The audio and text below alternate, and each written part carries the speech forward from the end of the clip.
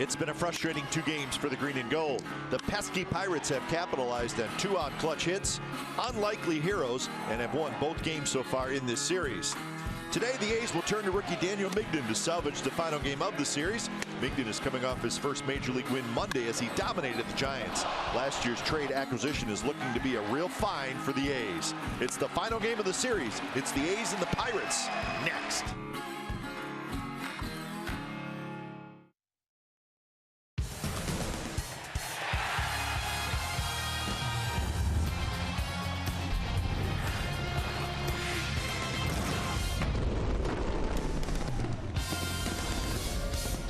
Beautiful day for baseball Sunday afternoon here at the Coliseum. A's trying to salvage the final game of the series. And today's game is presented by Hyundai. It's the Pirates and it's the A's, and it's coming up on CSN California. Good afternoon, everybody. Welcome to Oakland A's Baseball. Along with Mark Mulder, I'm Glenn Kuiper. Daniel Migden makes his 5th big league start. His first 4 have been very impressive, and he finally got his first Major League win against the Giants, and he was very impressive against the Giants. In fact, they had a hard time getting a hit off him. They really did, and what a performance it was. He's pitched better than his 1-3 record, but what I like the most is he goes right after guys. He attacks them.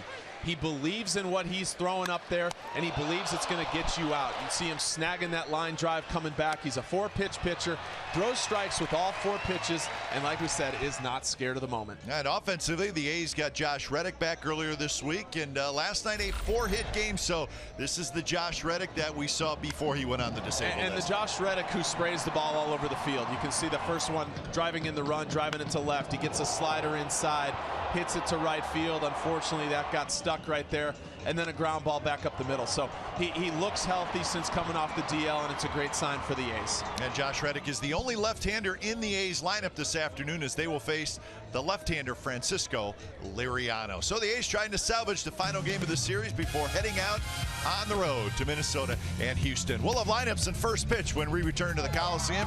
Interleague Baseball, it's the A's and the Pirates.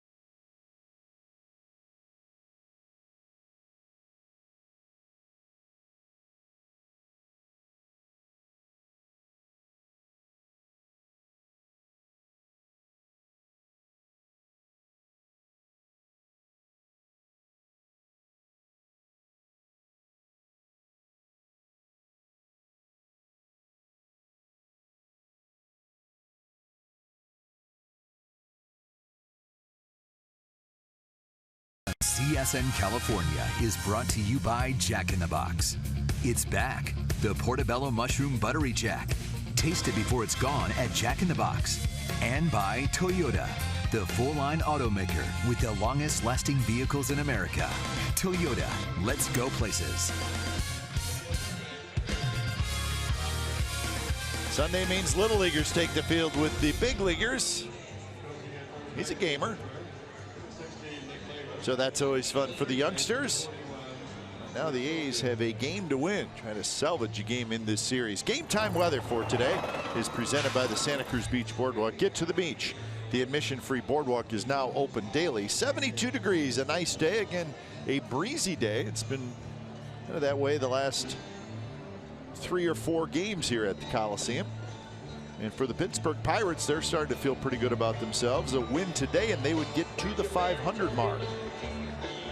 So let's look at the lineup tonight for Clint Hurdle's Pirates. It starts with John Jaso. He's at first base. Gregory Polanco is the designated hitter. And then Young-Ho Gong at third. Starling Marte is in center. Matt Joyce in right. Josh Harrison will be at second base. Adam Frazier gets the start in left field. Jordy Mercer is the shortstop. Eric Kratch is your catcher. Daniel Mingden making his 5th major league start, coming off his first career victory against the Giants in his last start. You see the 1-3 record, but that 2.81 ERA to me is what really stands out. He's pitched much better than that record would indicate. Fastball, slider, curveball, and change. He's going to come right after these guys. Defensively behind Mingden, Smolinski in left, Crispin center, Reddick in right, then Valencia, Simeon, Ladendorf, and Butler, with Matt McBride just called up from the minor leagues behind the plate. So Matt McBride gets a start. Josh Fegley has been placed on the disabled list, so McBride is here and he's ready to go. Off the plane into the lineup. So Daniel Mingden rocks, kicks, and fires, and the first pitch of the game is a strike to John Jaso. Umpires for the game: Sam Holbrook will call balls and strikes. Jerry Davis is your crew chief. He's at first. Carlos Torres at second. Rob Drake is at third.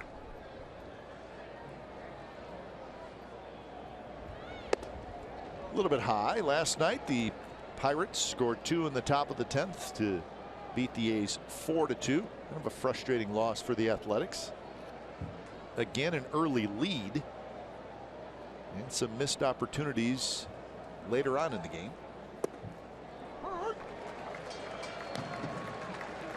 You can see Mingden with that old school delivery. He'll tap his feet. He'll keep his hands up high. Just anything to kind of distract the hitter. Change the timing. That one runs off the plate. 2-2 to Jaso. And here you can see that's a couple different taps. Glove goes, pumps it twice, sometimes just once.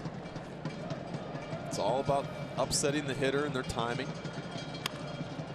That one against the shift, grounded into left field for a base hit. So Jaso leads off the ball game with a base hit.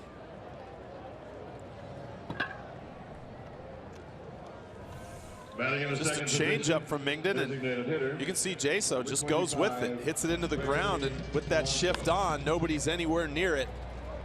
Nothing the A's can do, but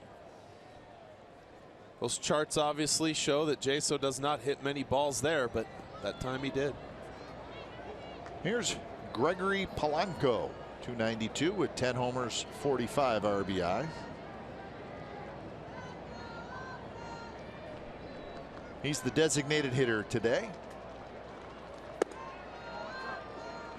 So for Mingden, he went 7 2/3 innings in that start against the Giants that he won. That was on Monday night, the first game of that series. Where he retired the first 13 batters that he faced.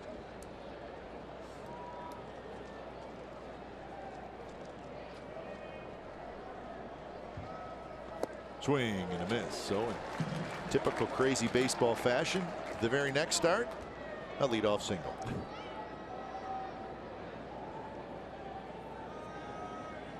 Polanco had 292 with 10 homers, 45 RBIs. He leads the Pirates in RBIs.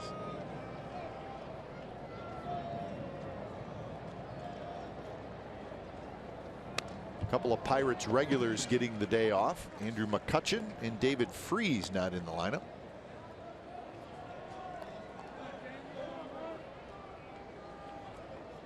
McCutchen. Pirates will go to St. Louis after the game, and they will have a 4-game series against the Cardinals. So that's a big series for them. National League Central. Pirates trailing the second place Cardinals by just 2.5 games.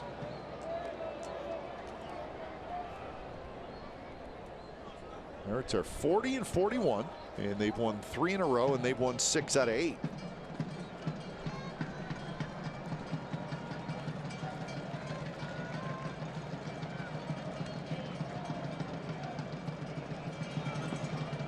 Breaking ball down and in. Polanco holds up, and then Jaso's going to try for second, and Jaso's out.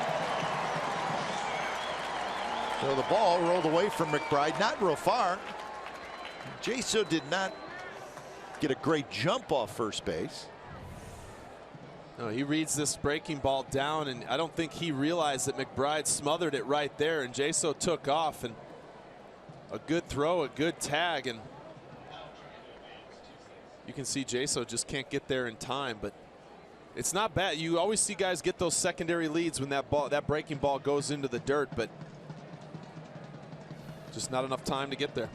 So Exmo brought to you by Cache Creek Casino Resort. So the leadoff single, that base runner Jaso is erased.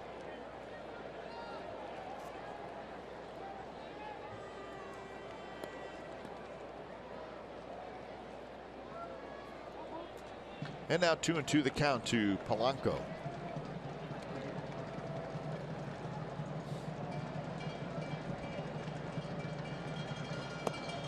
A little bit down and in, 95 miles an hour.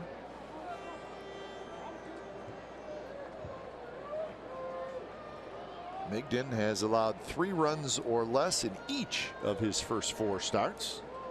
Thus the good ERA of 2.81.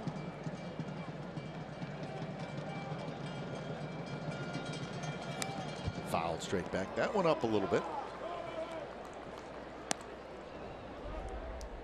David Freese, as we mentioned, not in the lineup today, but a clutch hit last night. Pirates had a couple of big hits late in the game.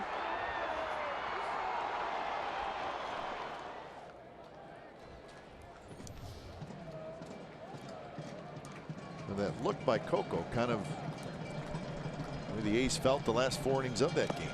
Swing and a miss. Polanco strikes out. 2 outs here in the first.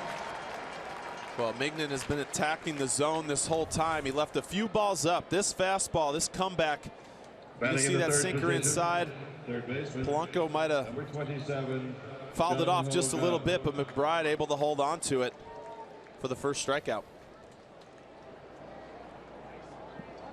He's gone.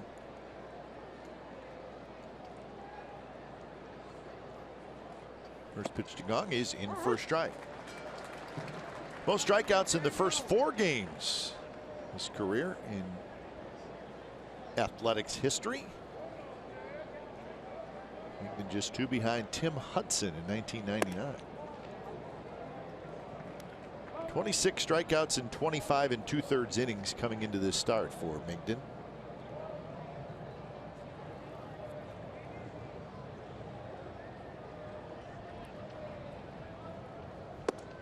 Another strike, 1 and 2. Well, you see Migden so far just attacking that strike zone. Thrown all 4 pitches here already in the first inning. Kind of showed him a little everything, which is a little surprising, but that's kind of how he pitches. Good breaking ball, and that's a strikeout, and that's a couple of strikeouts for Migden in the top of the first inning. Bottom of the first coming up, no score.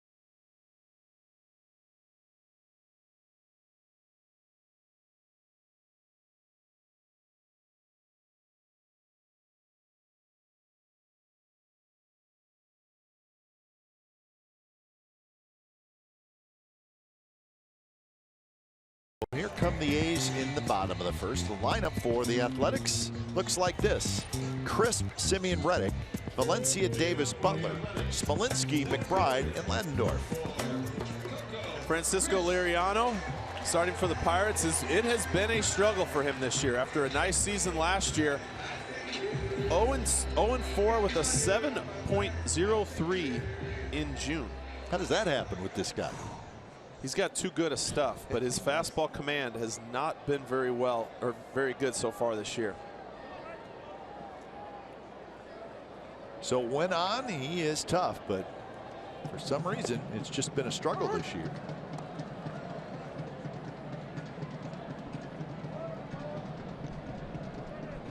So Coco Crisp steps in to lead things off.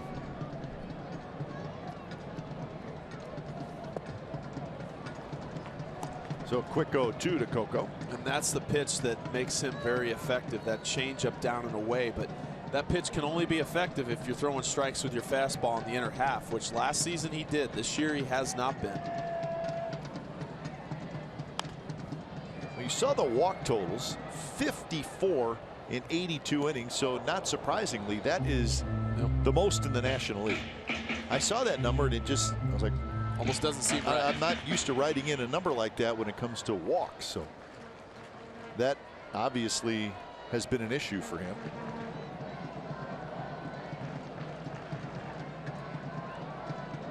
He won 12 games last year.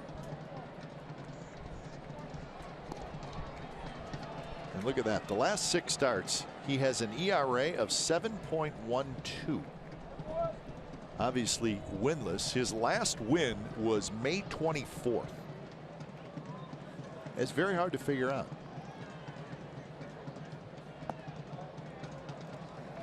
Francisco Liriano.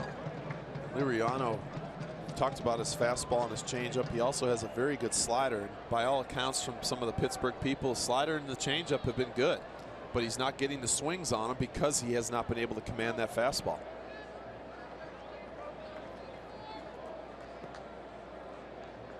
1-2 the count to Crisp, hitting .244 with 7 homers and 34 RBIs.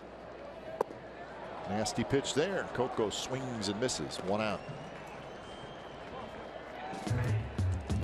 Quick look at the defense for the Pirates. Frazier, Marte, Joyce in the outfield. Gone. Mercer, Harrison, Jaso on the infield. Kratz again behind the plate. So with 1 out, Marcus Semien steps up.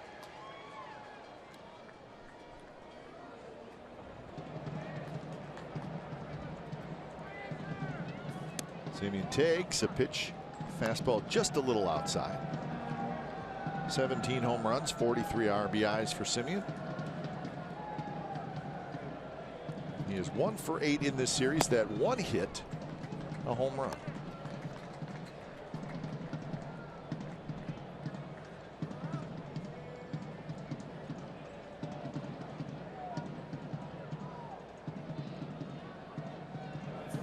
Swing and a miss. 93 miles an hour.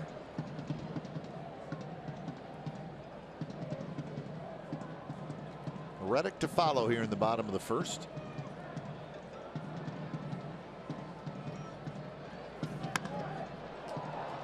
In the air, left center. Playable for Adam Frazier, 2 away.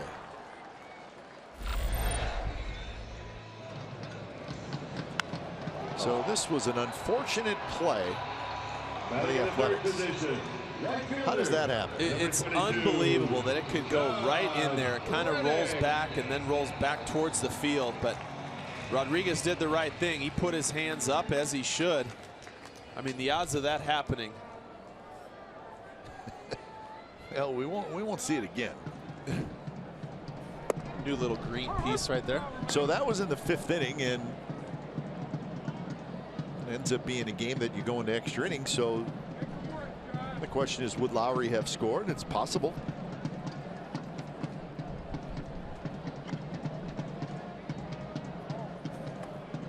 One the count to Reddick.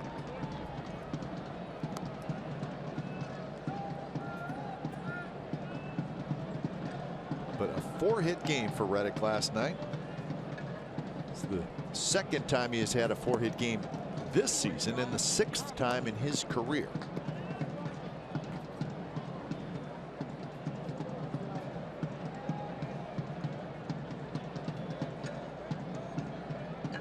Overall, a .321 batting average. Taps that one to first. Jaso grabs it to the bag, and Lariano has a 3-up, 3-down first inning. No score after 1 from the Coliseum.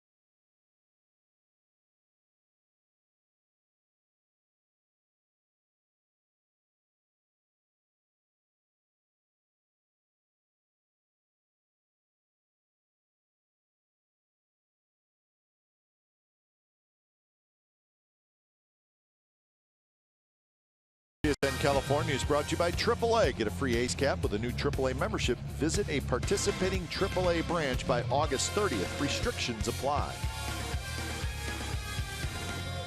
No score, second inning. The A's and the Pirates. Lots of sunshine today. And that one is hit high and deep to left center field. And there's going to be just enough room out there for Coco Crisp. Almost looked like it kind of hung up a little bit. Marte got back there. Or Marte is retired. He turns around and says, I thought it carried here during the day. Yeah, you could see him just turn around, almost looking up at the wind or whatever it was. But the sound of that was different. I thought he got it, but once it got up there, it just kind of just fell right back down towards center field. So a long first out, and that'll bring up Matt Joyce. I bet he hit that pretty good. Yes. Too high. Too high. Matt Joyce playing right field today, hitting .299 with 8 homers, 27 RBIs. First pitch is a strike.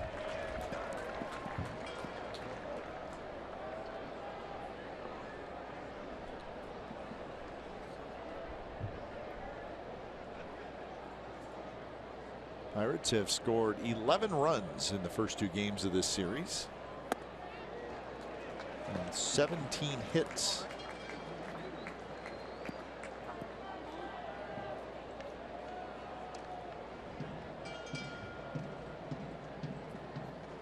Mac and Mac.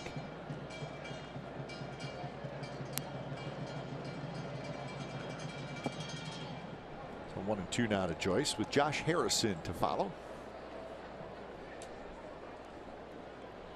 6th season for Clint Hurdle in Pittsburgh. He's had his team into the postseason each of the last 3 years. This year, though, the Cubs getting off to the great start has hurt the Pirates. And a swing and a miss. Strikeout number 3 for Migden. After Migden Migden threw him a couple sliders down and in. He went back to that heater and just threw this right by him. His slider's been very good this year, and Joyce, I think, was looking for something a little different. So 2 outs, and here's Harrison.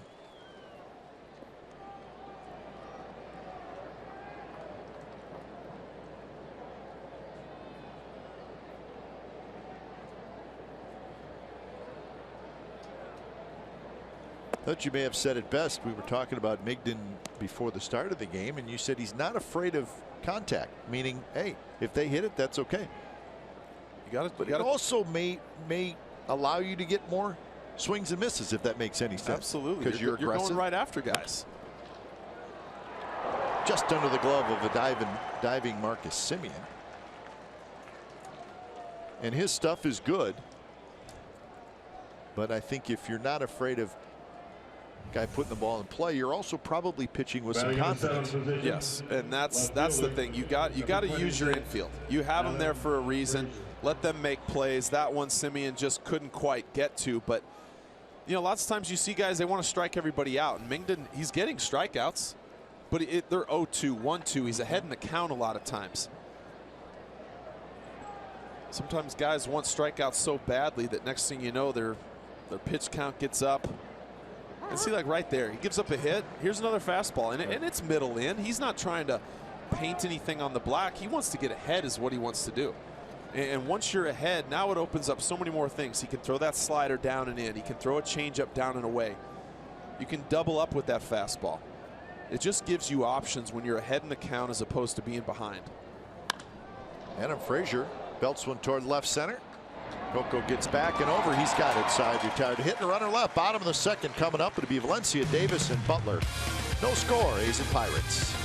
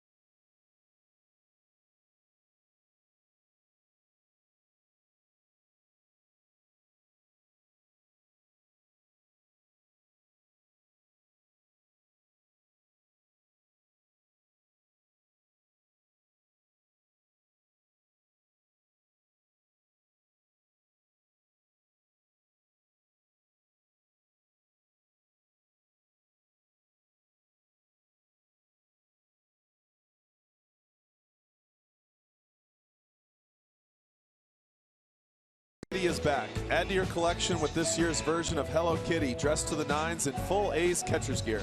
At the Saturday, July 16th game against the Blue Jays, 15,000 fans can pick up and hug their very own Hello Kitty bobblehead. Visit athletics.com/tickets today. Well, that's the homestand right after the All-Star break. Valencia swings at the first pitch. Bounces one toward Mercer, and Mercer throws out Valencia. One out here in the bottom of the second, and that'll bring up Chris Davis. A's come in with a 35-46 record. They have lost 3 in a row now, and they're 17-25 here at home with the road trip coming up. Minnesota and Houston for that trip.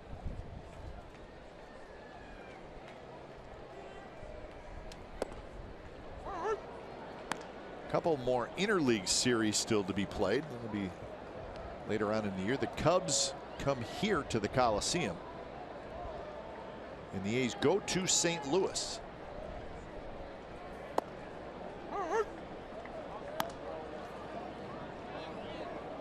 St. Louis in August. You've been there. That'll probably be a nice cool time.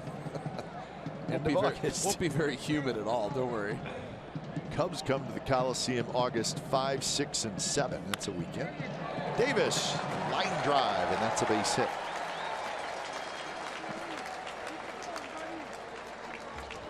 The first hit for the A's, a one-out single for Chris Davis. Well, Liriano goes back to that changeup. You can see once it down in the zone, and Davis, it was down. Davis just went down and got it. Drove it right back up the middle.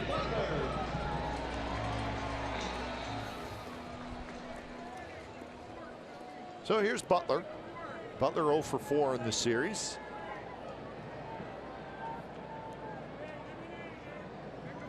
Pretty good numbers against left-handed pitching this year. A .310 batting average.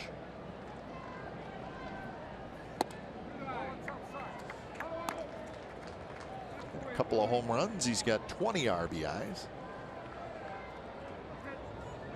10 doubles among his 32 hits.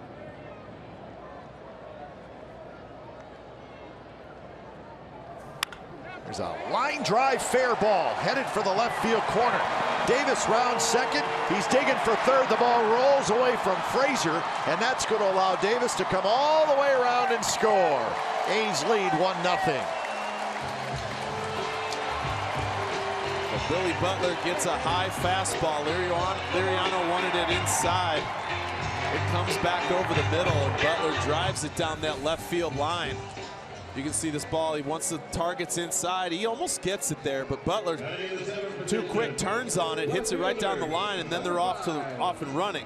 This ball gets down in the corner, and Frazier goes down to get it. He just misplays it. It gets around him.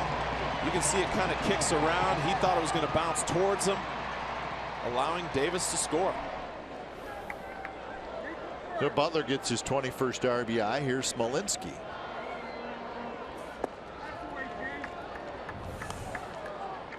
It's like he just almost over pursued it a little bit. Yeah, I think he thought it was going to come off the outfield part of the wall and kick towards him, and instead it stayed along the wall. And Davis would have held up had it not gotten away from him. 1-1 to Smolinski. On the swing, Davis is off. He's running. The play is in front of him, so he doesn't even really need to pick up Wash. You can see him staring at it. He sees it hit by Frazier, doesn't even look at Wash, and scores easily.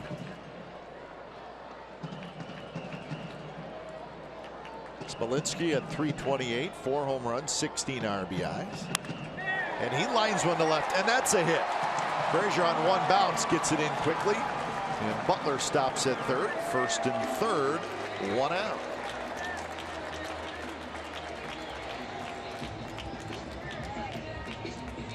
Liriano threw Smolinski a good change up the one before. He tried to double up on him, and this one was too much of a strike and up over the plate. Smolinski able to stay back.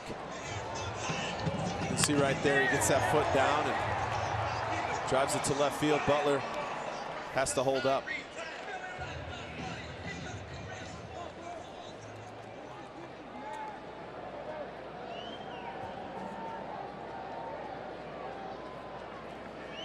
Situation now for McBride. You want to find a way to get Butler in from third base. Find a way to drive something, get it to the outfield.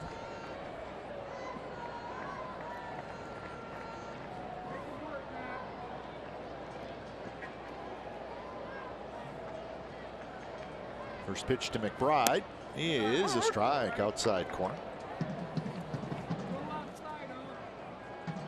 McBride 4 for 18 at the big league level with an RBI. 43 games for Nashville this year at .250 average with 5 home runs. Third time he has been up with the A's this year. The knee has just been bothering Josh Figley. So it is his second time on the disabled list. So if you go on the disabled list for the second time in a couple of months for the same injury, there has to be a little concern.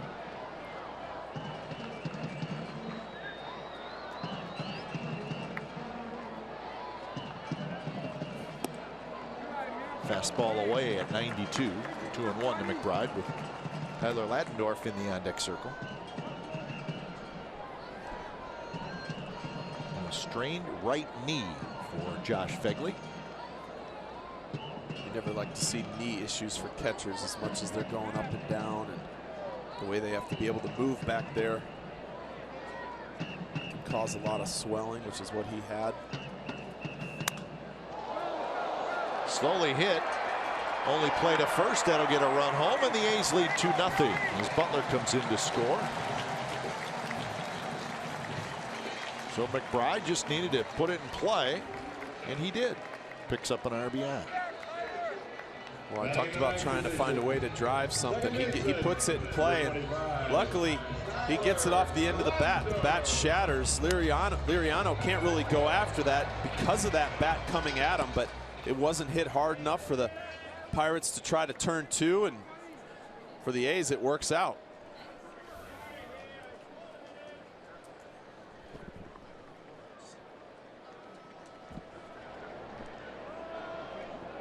And Ladendorf will try to get Smolinski home.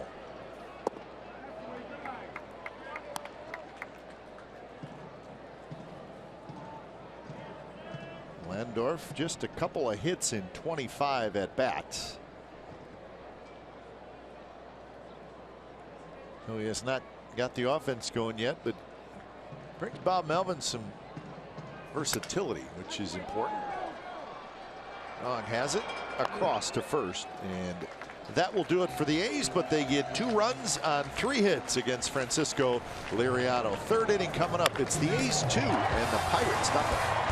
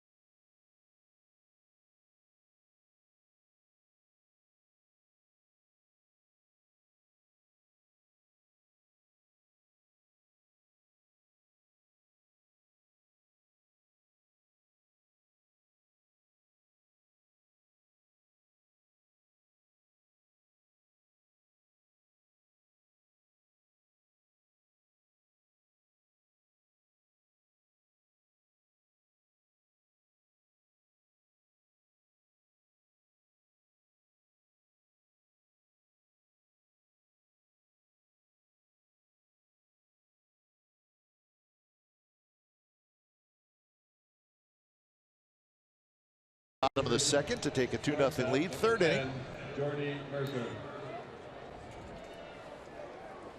Daniel Migden back to work.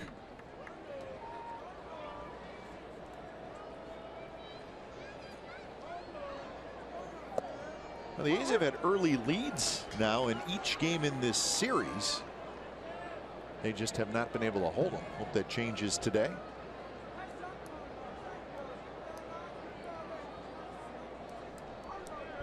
This is Jordy Mercer. First pitch to Mercer is in for a strike. Mercer, Kratz, and then top of the order, John Jaso. Well, and you'd also like to see the A's add on You know, that's what they've scored early, but then that's been it. They've been shut down by Pittsburgh after that.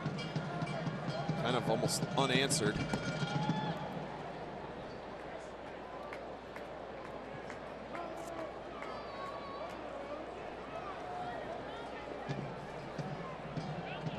Mercer's had a good series, 3 for 8 with a home run.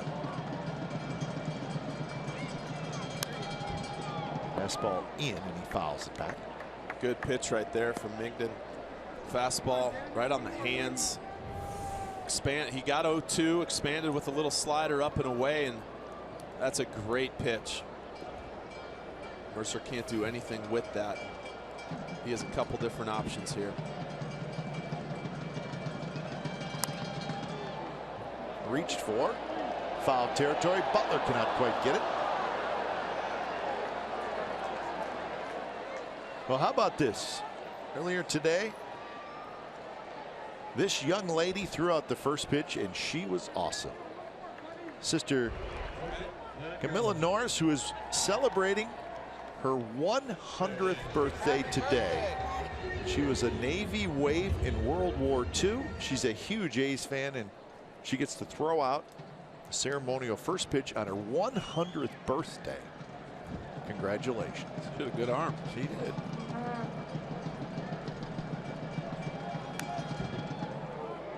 So hope everybody's enjoying their 4th of July weekend.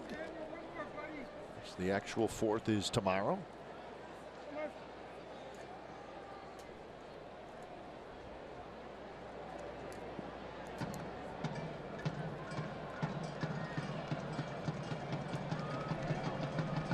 One-two pitch to Mercer.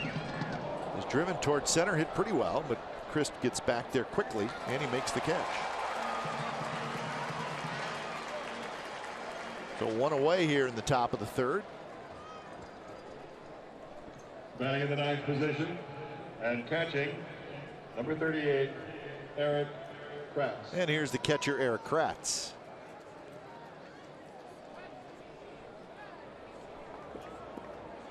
Kratz 1 for 4 in the series.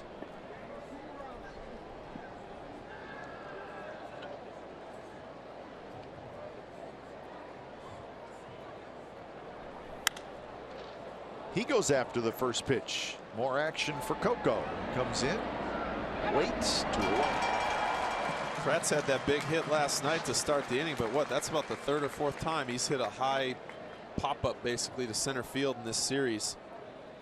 He's come out swinging early in the counts. Now batting, number 28, John Jaso.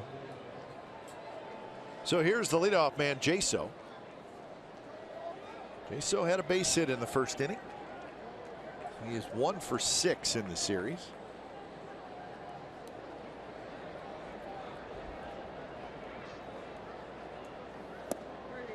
Jaso beat the shift.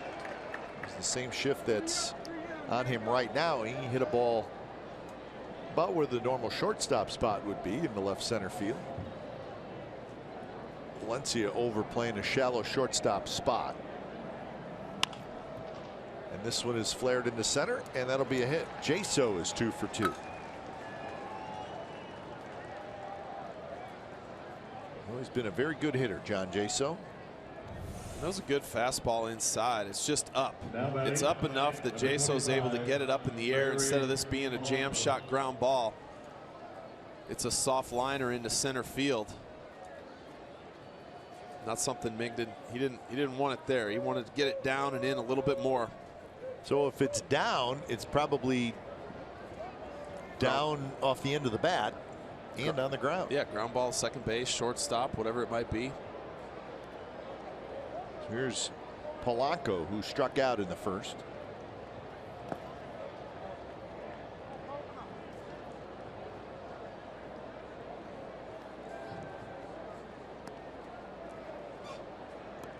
Polanco, it was last year. He's really only been in the big leagues for probably 1 full year. The Pirates gave him a long-term deal. A 5-year, $35 million contract. that starts next year. So risky, but also a little cost certainty. And if he turns out to be the kind of player that the Pirates think he will be, it's a pretty good deal. Yeah, you see a lot of teams doing that now, the 4 or 5 year deal with those couple option years. Sure. He's only 24 years old. He's about just under 2 years of big league experience. And he's got a guaranteed $35 million. I'll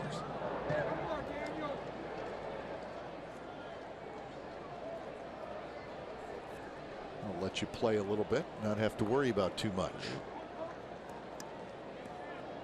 Well, you got a long-term contract earlier in your career, right, from the A's, and did you feel like that helped you relax a little bit? I suppose so, but I don't think.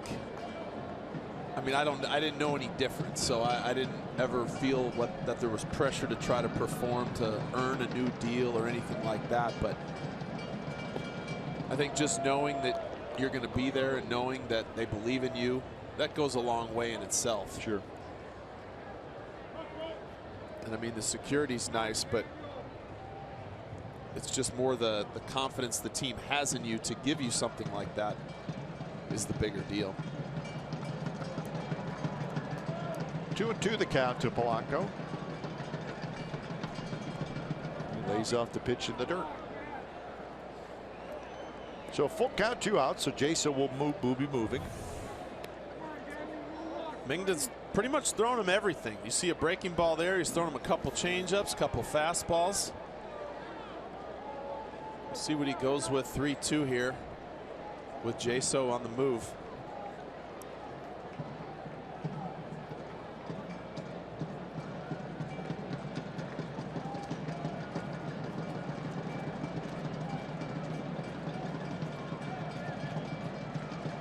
So Jaso set to take off. The ball's foul left side.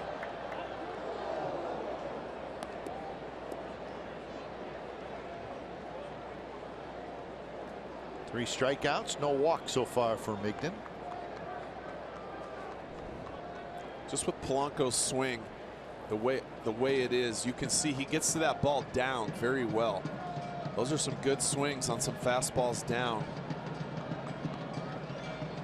I think you got to be careful of that middle in area.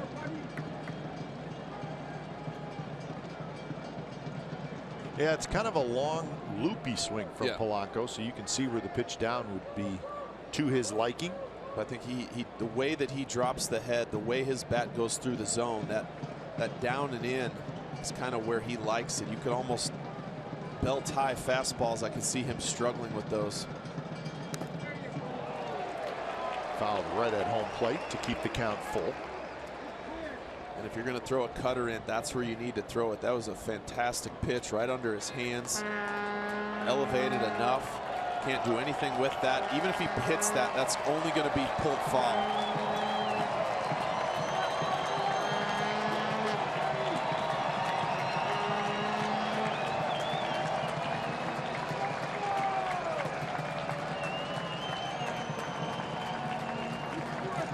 So Jaso takes off again, and again it's fouled left side.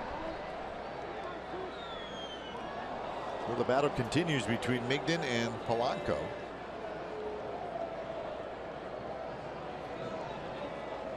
So this will be pitch number 9 coming up in the at-bat.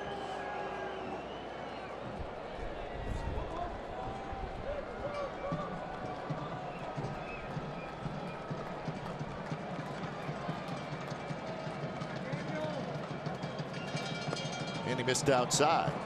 So an off-speed pitch, and Polanco takes it. 2 on, 2 out for gone.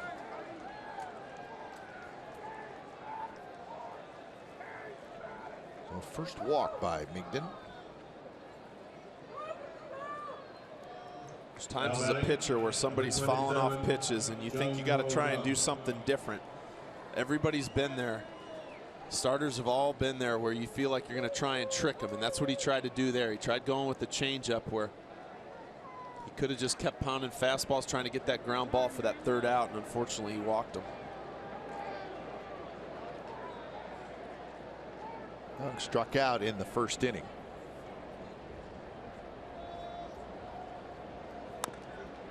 Off the end of the bat, it rolls foul toward the on deck circle.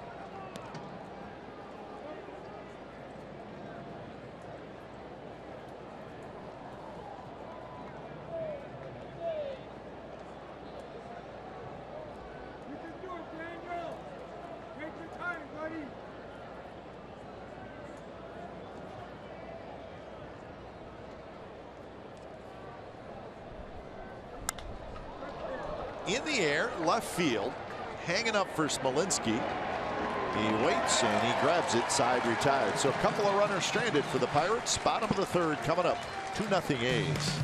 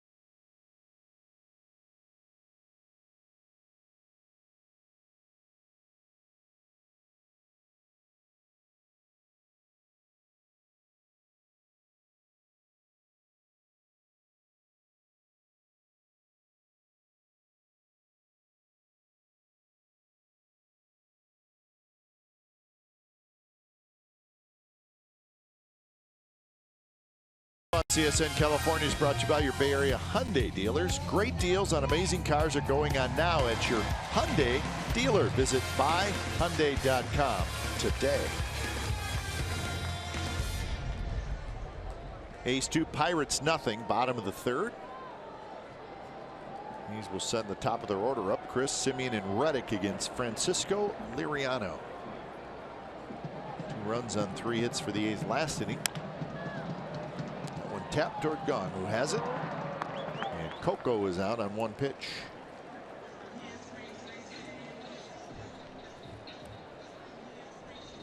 So that'll bring up Marcus Simeon. Looking at the career of Francisco Liriano, and he's had a good career. He's never gone over 200 innings in a season. He was originally a San Francisco Giant farmhand, then went to the Twins in the Brzezinski trade, and then half a season with the White Sox, and now his 5th year with the Pirates. Make that his 4th year with the Pirates. He's had some terrific moments in his career. Yes. He's had some injuries as well. When he came up with the Twins, remember it was him and Johan Santana. Ooh. And they were very similar type pitchers, and all the talk was that, you know, he's going to learn from Johan, and he was incredible. It was quite a 1-2 punch. But like you said, it was just, there were injuries here and there, very inconsistent at times. The stuff was always there. That was never the question. It was just, he could never put it, 1 month he'd dominate, and the next month he was somebody completely different. It was just those inconsistencies that have kind of plagued him from time to time. Yeah, that 2006 season, he was 12-3 with a 2.16 ERA, and that was his. He made 4 starts in 2005 with the Twins, but that's when it. Yep. You could see that he had a chance to be special.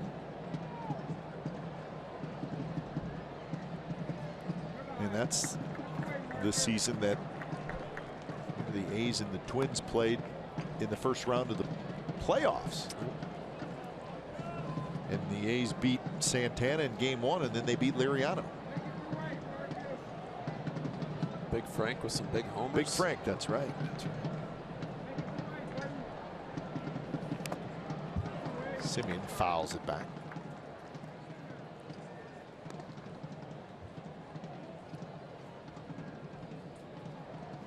Marcotte inside the park home run in that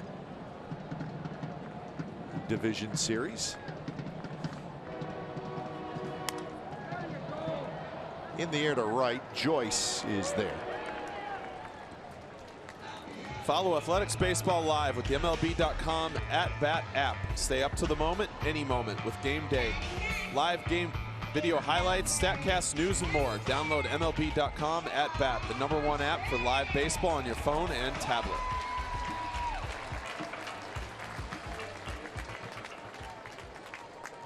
If you're a baseball fan, you have to have that. It's almost a requirement. If you're a baseball fan that's on the road a lot, it's definitely a requirement.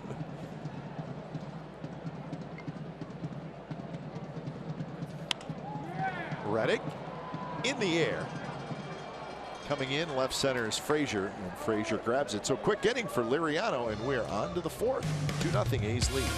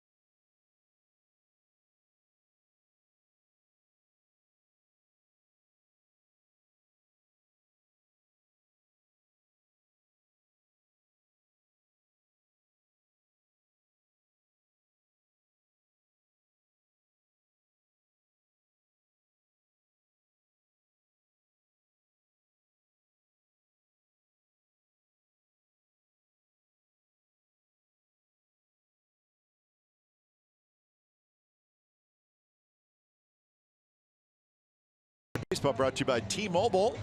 The Twin Series coming up. That'll be in Minnesota. Kendall Graveman and Ricky Nolasco on Monday. Sean Manaea, Tommy Malone on Tuesday. Sonny Gray and Irvin Santana on Wednesday. All 3 games can be seen right here on CSN California. A couple of day games.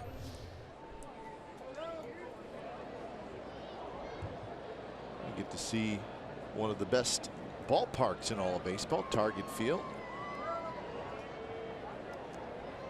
Twins struggling though, worst record in the major leagues. They're 26-54 this year.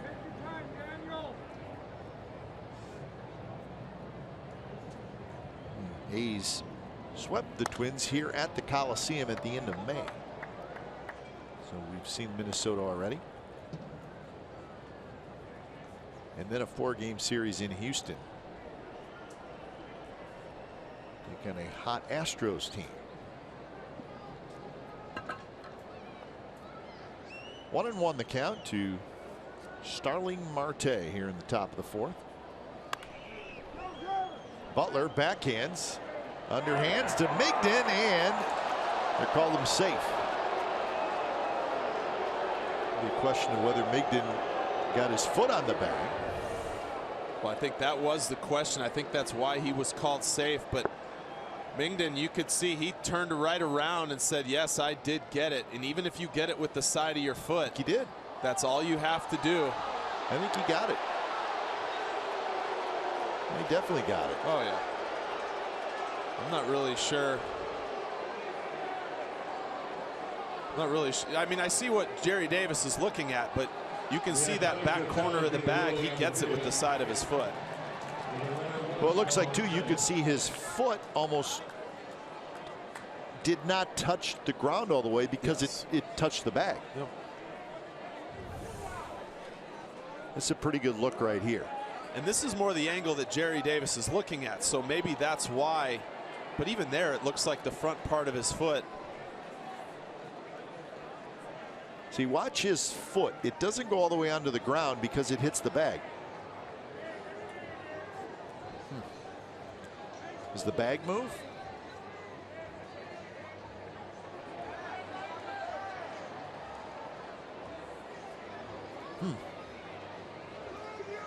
It looks like his foot touched, but then they're going to call him out. All right, so the call is overturned, and it goes as a 3-1 putout.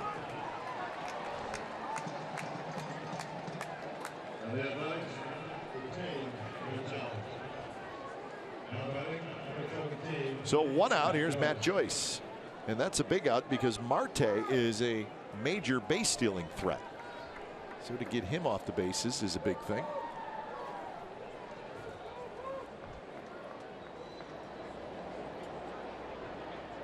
First pitch to Matt Joyce is a ball in the dirt. Joyce struck out in the second.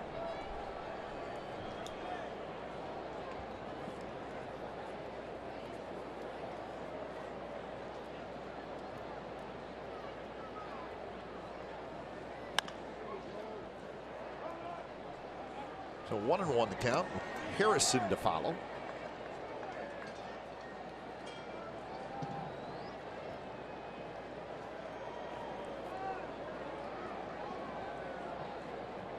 Mingden has not had a 3-up, 3-down inning just yet.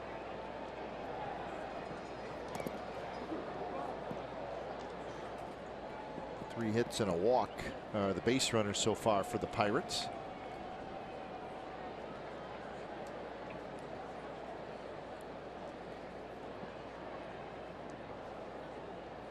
Shift is on for Joyce. He's in the infield. Outfield is straight away.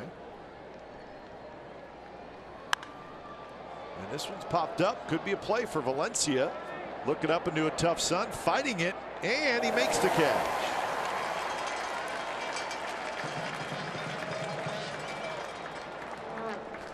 Not an easy play. No, we see all the time when visiting third basemen come in, they struggle with a lot of these plays, and Valencia does a good job of keeping that glove in front of his eyes, even with the sunglasses on. It doesn't always help. There's just something about the way guys struggle with those infield pop-ups here in this stadium. So 2 outs here in the fourth. Josh Harrison steps in. He had a base hit in the second inning. Valencia battles it, gets up, throws, and Butler digs it out. What a play by Billy Butler.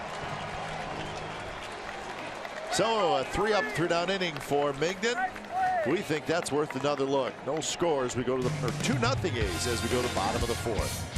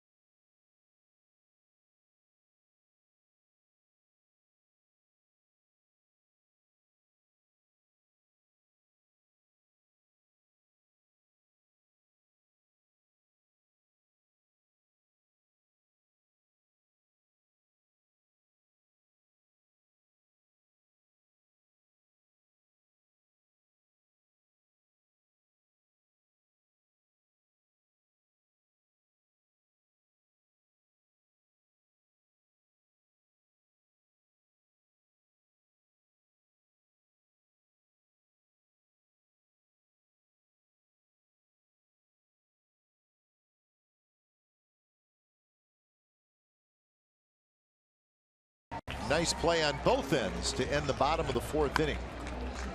Valencia smothers it. You can see bare hands it gets up and the long one hop, and Butler kind of gets that in between hop. It's a longer hop, but it's hitting right near the edge of the grass, and you don't kind of know whether it's going to come up on you or stay down, but he does a good job.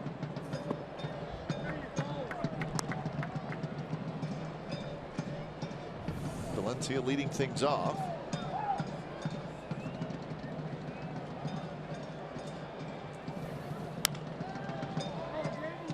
Toward third, Gong has it, and Valencia is out. So Danny Valencia has grounded out to short and to second so far this afternoon. Special game being played tonight, Mark. The Braves and the Marlins are playing a game tonight. It'll be the nationally televised game, and it's being played at Fort Bragg. They literally built the baseball stadium. It's a temporary stadium, and it took them about 4 months to build. Seats 12,500, and with it being the 4th of July weekend, the Braves and Marlins are playing there tonight, which I think is a pretty cool idea. It's the first time a professional regular season game in any sport has been played on an active military base. I mean, there's a whole video board in left center. Oh yeah, it's batter's eye. I mean, it's a full-on stadium that they cleared all the land away to build just that. That's right. It was an old golf course. They put the ballpark on. But Fort Bragg is the largest U.S. military base in the world, which I did not know. I didn't know that either. Looked it up and found out with a little help from my stats guy, BI. Largest military base in the world. 50,000 active duty personnel. So Fort Bragg will be jumping today. But a very cool idea by Major League Baseball, and I would think the Braves and the Marlins will certainly enjoy themselves as Davis strikes out. And that's the second strikeout by Liriano. Davis chirping a little bit. Chris Davis not very happy with this pitch, but you can see it's a sinker inside, and it's over the plate. He just might be questioning whether it's up.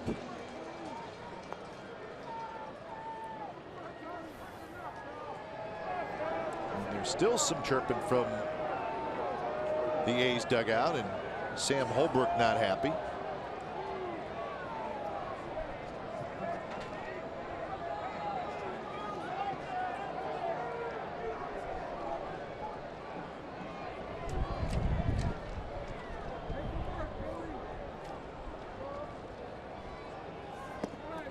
So Butler, who is also chatting with Holbrook, he takes the first pitch low. For that stadium that was built, seats 12,500 for that game tonight.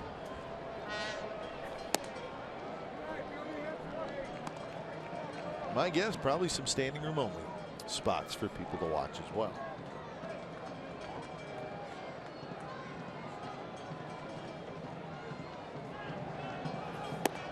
-3-0 to Butler. It'll be really cool to see that tonight. All the servicemen and women. I mean, the stands will be packed. It's really pretty cool. Yeah.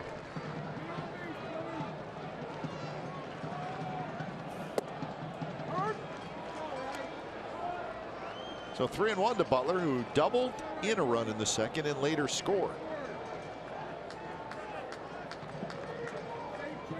He's ready to go. Daniel Migden. He's standing up, glove on. What we've learned about Daniel Migden is he likes to get out here early. 105 start. About 12:15, he's out in the field. Today, so 105 start today. It was 12:07, and he was out there stretching. And I honestly, I saw it, and I was like, wait, is that him already? That's the guy. Butler takes low, a 2-out walk. I mean, most pitchers come out use 30 to maybe 35 minutes prior. Some less, some a little bit more, but that's usually, say it's a 105 game, I would walk out probably around 12:35. Start throwing about 12:45. Barry Zito liked to get out there a little earlier, right? Yeah. Everybody has their own routine. Every starting pitcher. Now, him pacing the dugout and standing up, I've never played with someone who did that. I will say that. Well, that's what happens when you get a 2-0 lead. Now, if the A's are losing 2-0, he's probably sitting there going, I'm going to sit here for a while and let my team get some runs for me. Nor would I ever really carry on conversations. No, you were not a... I was just kind of in my own world, you know.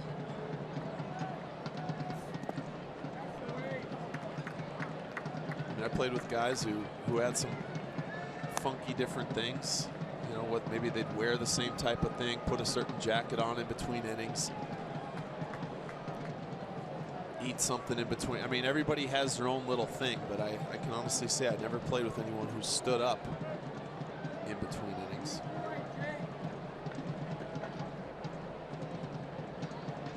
One and one to Smolinski. And I would imagine your teammates know what you're all about, so for sure, probably going to leave you alone. I mean, I had no problem having conversations here or there. Obviously, if you're pitching well or you have a shutout going, lots of times they just leave you alone.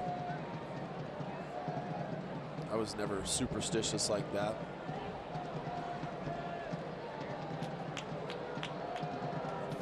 So you weren't going to be rude, right? Take a hike. Yeah. I'm pitching, No. and I don't want to talk to you.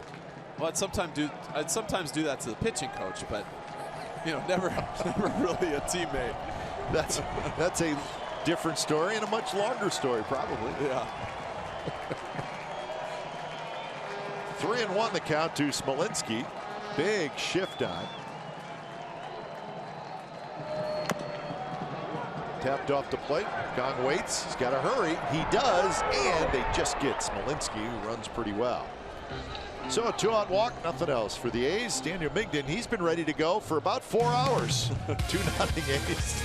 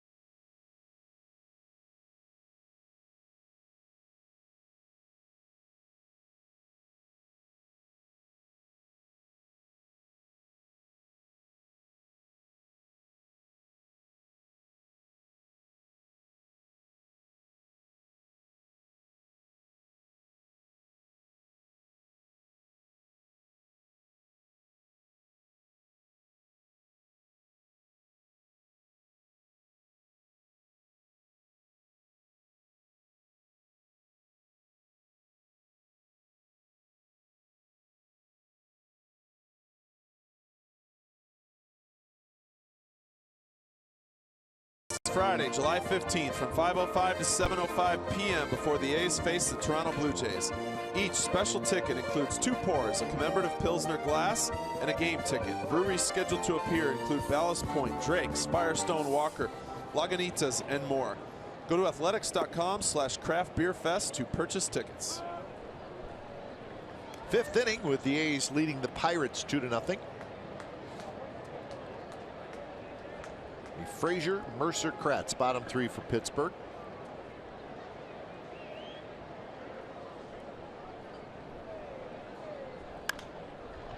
Foul left side. Frazier getting a start in left field. Just called up from the minor leagues.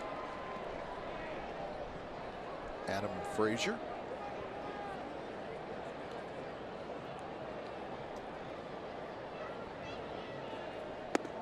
maybe he pushed the envelope a little bit. He was leading the International League in hitting with a .333 average.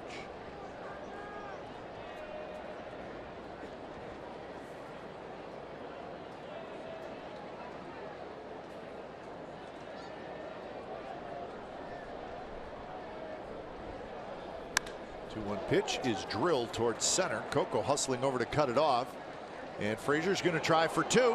The throw is a little bit late, and Frazier with a hustling double.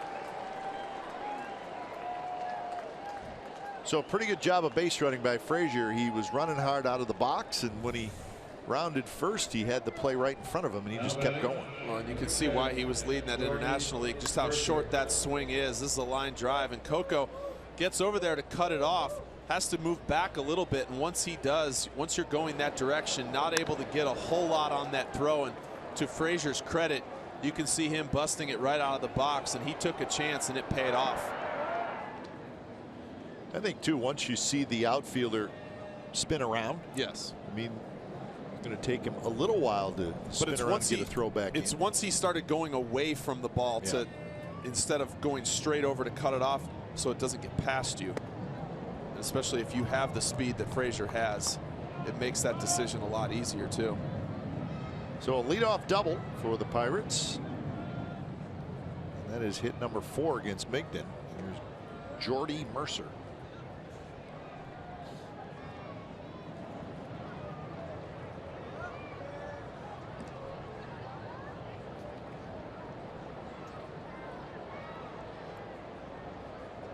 Pirates in this series, 5 stolen bases.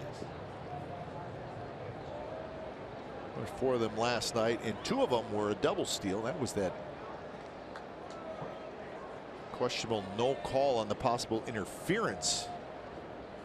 Fegley throwing through. 2-0 now.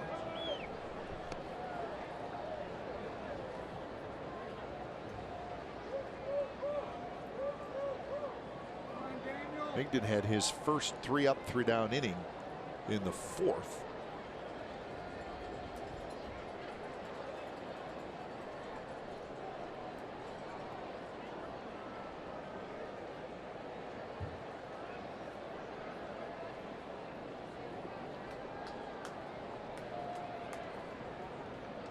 Mercer hit a fly ball to center field in his first at bat. That was in the 3rd inning.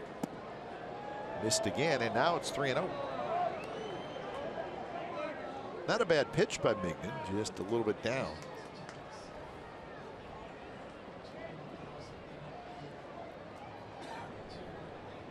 So 62 pitches for Migden. 3-0 is right there for a strike.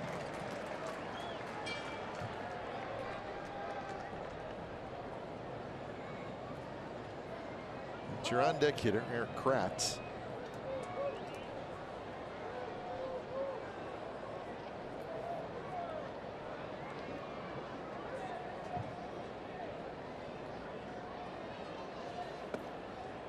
Make a changeup outside, and the first 2 runners have reached here in the 5th inning.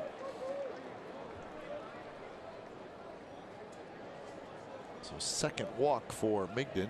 2 walks, 3 strikeouts. Now batting, number 38. Well, and the way Migden has been attacking the strike zone, it almost seemed as though he was pitching around Mercer a little bit there. Wasn't real aggressive. I know Kratz is struggling, but it's not like you really want to put 2 guys on with nobody out in a 2-0 game.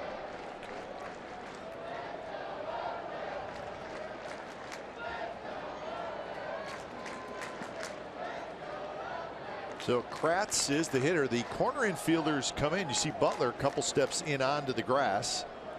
Same thing with Valencia. Kratz bunts it. Migden has it. Spins, fires to 3rd, and they got him. Nice play by Daniel Migden. No hesitation at all. What a great job by Migden getting off the mound the way that he did. You could see the second he releases that ball, Kratz bunts it a little bit too hard right back to him, and he was going to 3rd base the second that ball came off the bat. You can see how quickly he spins, ball up, and makes a perfect throw to 3rd base to get the out. Right there, it's bunted hard. You can see just how quick he turned and threw that.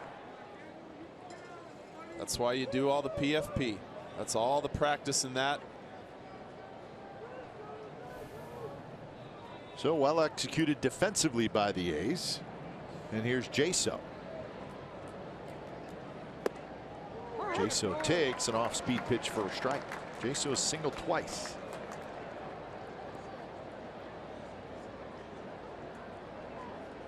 So 2 singles, 1 in the first and 1 in the third.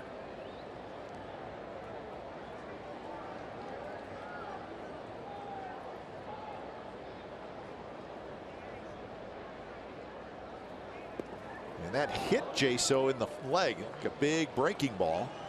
And now the Pirates have the bases loaded.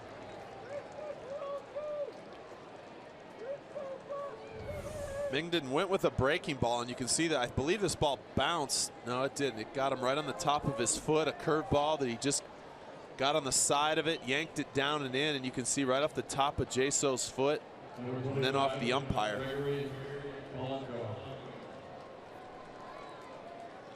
So a big at bat in this game as the dangerous Gregory Polanco steps up. He has struck out and he has walked.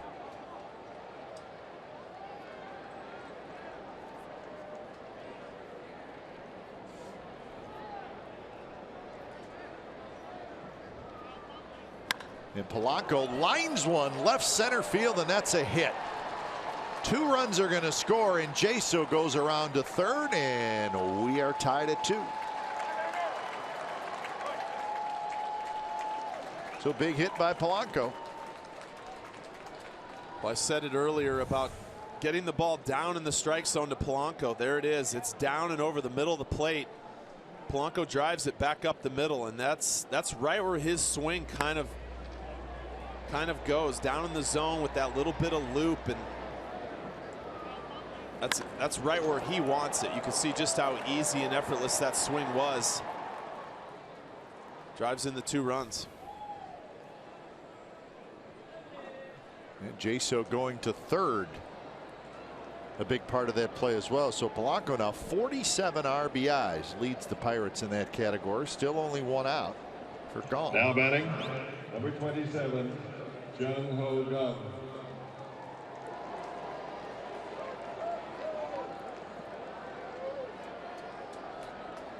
Strikeout and a flyout for Gong.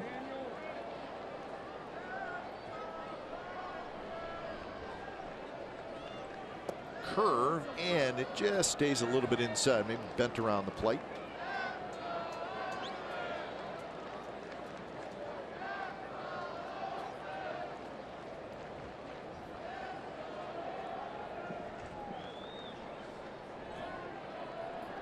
Young is 1 for 5 in the series. And he waves at that pitch. Not what he was looking for. Good cutter slider just off the outer edge, and I think Gung was looking for a fastball right there.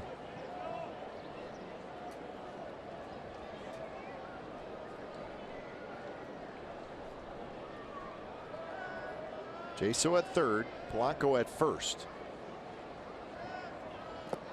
And he waves at the pitch in the dirt, and it's 1-2.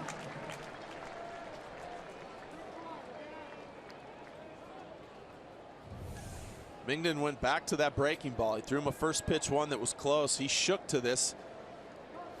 Thought about throwing a slider first, but shook to the breaking ball, and it was the right decision.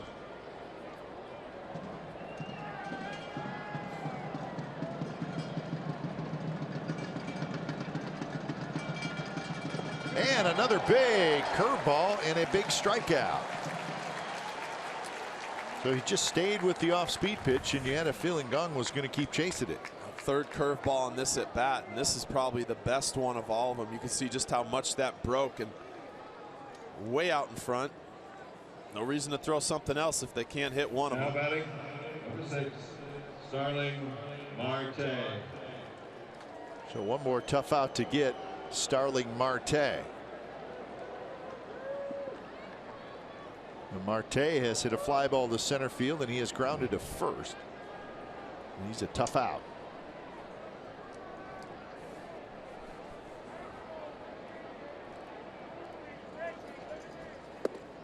First pitch on the inside corner for a strike. Marte 4th in the National League in batting average at .327.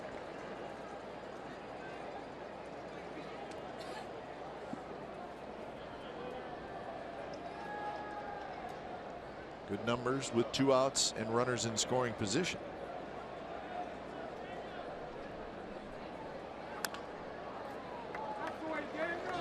Migden ahead in the count 0-2. He's made good pitches so far. These big situations. Let's see if he can put them away here. Get out of this inning. So 19 pitches so far in this inning. Migden is trying to limit the damage to the 2 runs. 0-2 pitch. Reach for and hit foul.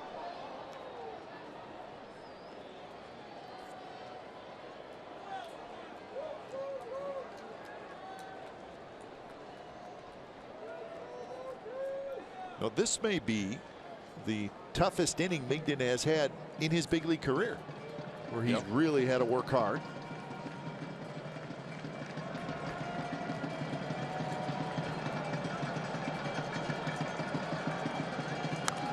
Pitch, fastball again, foul. So Marte maybe protecting a little bit with the count 0-2. He stayed away the whole time. I'd like to see him come in with a fastball, maybe move his feet, something in off the plate. You can see Marte just kind of diving out over it, that slider and the fastball, to foul those both off. You make a good pitch inside, you can get him. And he went with a fastball, and Marte swings and misses.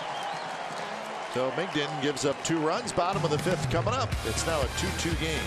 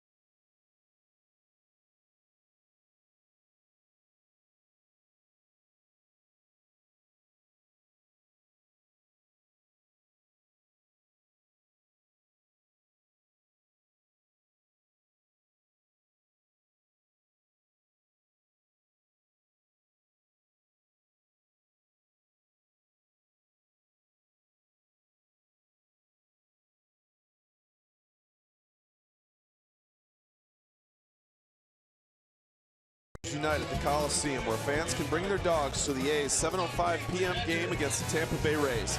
A special ticket is required for Bark in the Park, presented by Abadur, Nylabone, and PetSmart. This event sells out annually and limited tickets remain. For information and tickets, visit athletics.com/bark to register for this special night.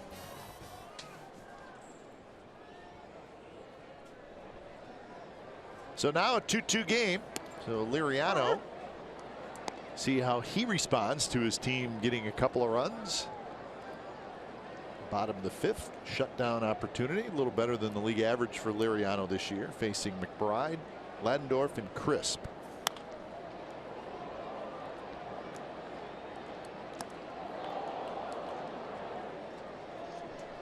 McBride had an RBI groundout in the 2nd inning. That's when the A's got their 2 runs.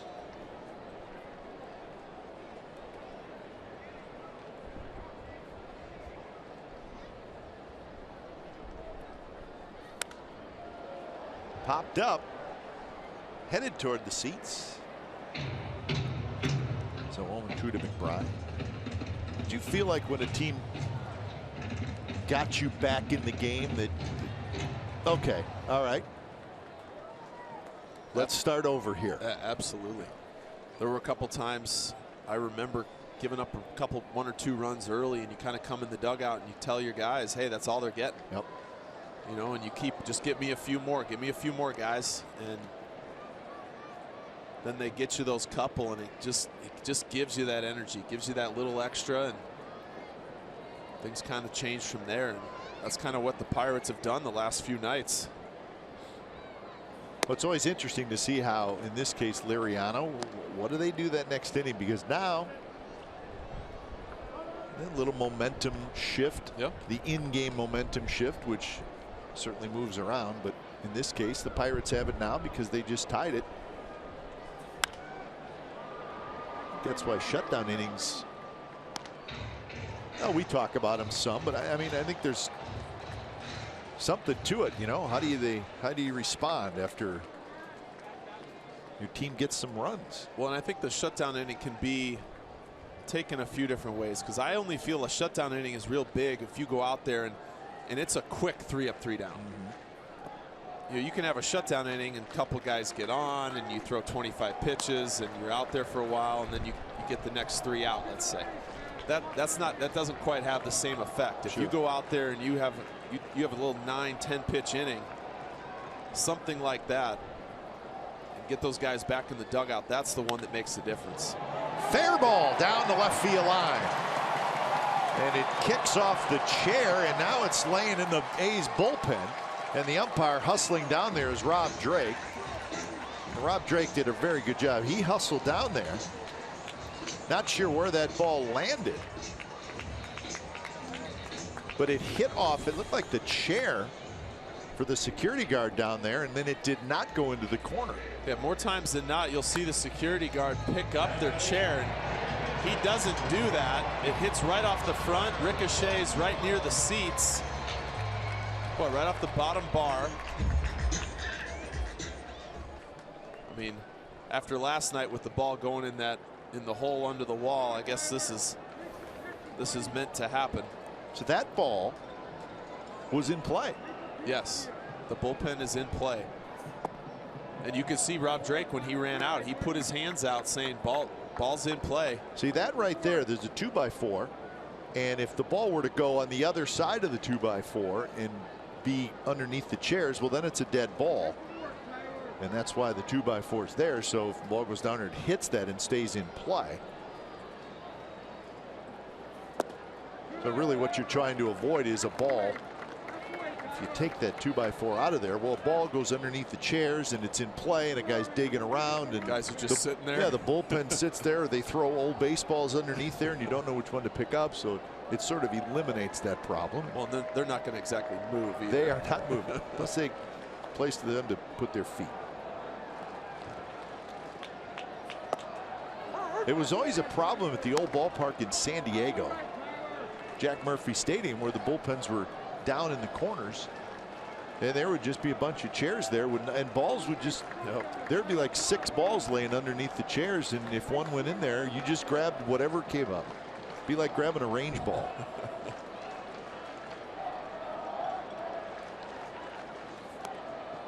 Bunted in the air by Ladendorf.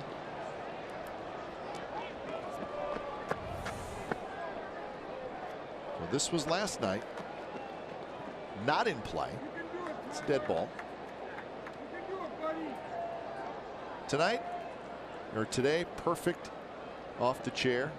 And then you see it stays on the outside of that 2x4. You can see the ball laying kind of under one of those chairs, but chairs are off to the side a little bit. And it's almost unfortunate that it caught that chair, because Frazier would have had a tough play again trying to get that ball off play it off the side wall. What's going on here at the Coliseum? Seriously. There's 2 nights in a row you see something you hadn't seen before. Well, the hole-in-one last night is still a head scratcher. Count stays 3-2 to Ladendorf. So good opportunity for the A's to take the lead with McBride's leadoff double.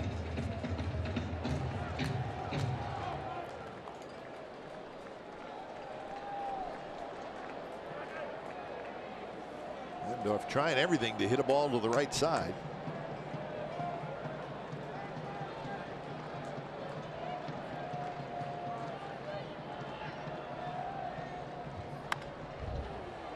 Ends up hitting it to God. Fires across to get Ladendorf 1 out. So McBride stays at second. Now the top of the order in Coco Crisp. You'll see pitchers do that, try to come inside when they know the guy's trying to move the runner over and hit the ball the other way. Liriano did a good job there throwing a fastball in. It was a strike, and Ladendorf, it's so difficult to try to get inside of that ball, and unfortunately he does not get the runner over. Not standing up yet, Mark. No. We'll see what happens with 2 outs.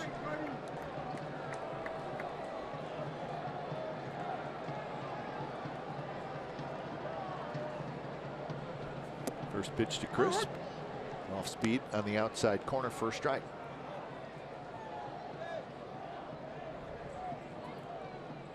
Oh for 2 today for Coco. 1 for 7 in the series. Sitting on a 9-game hitting streak. Like to extend that right here.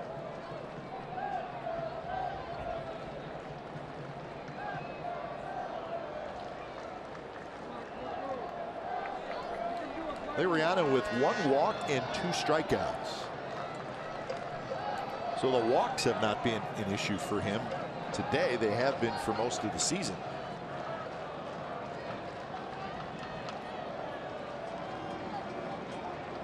Leading the National League in batters walked. Pitches by inning, pretty consistent. Maybe a little higher than you'd like, but he has not had that 1 inning where he throws 25 to 30 pitches. Well, and the talk was how bad his fastball command has been, especially in June, and so far in today's game it's been just fine. Well, if he's got decent command, then he's going to be tough.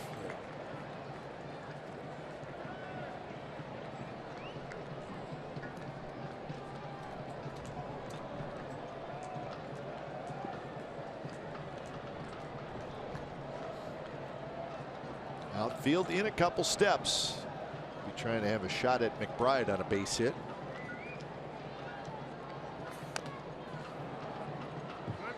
So that's a 93-mile-an-hour pitch, but it's also got some cut to it. That's not an easy pitch. And there's times he's got a good sinker, and there's times he kind of gets on the side of it and it'll cut a little bit. That one, I think, trying to go down and away, and Coco just catches that towards the bottom of the bat.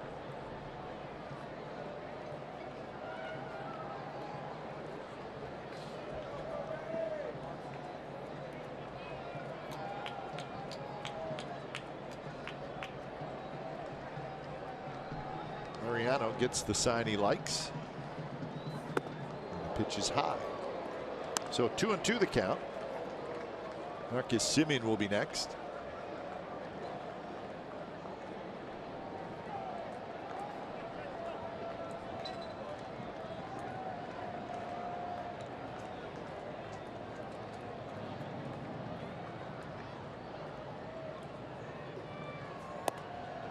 Full count.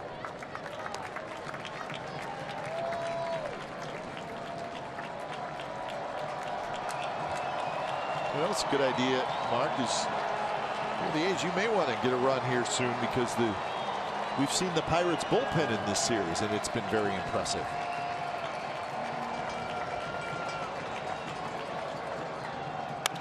Coco, right field. It may get down. It will get down. McBride rounds third. He's coming in to score, and the A's grab the lead right back. So Coco just dropped one right down the right field line. Well, finally the A's answer After the Pirates got 2 runs in the last inning, Liriano goes with that changeup, and he leaves it up. And Coco, who's kind of got a 2-strike swing there, trying to put something in play, does just that. Dumps it into right field.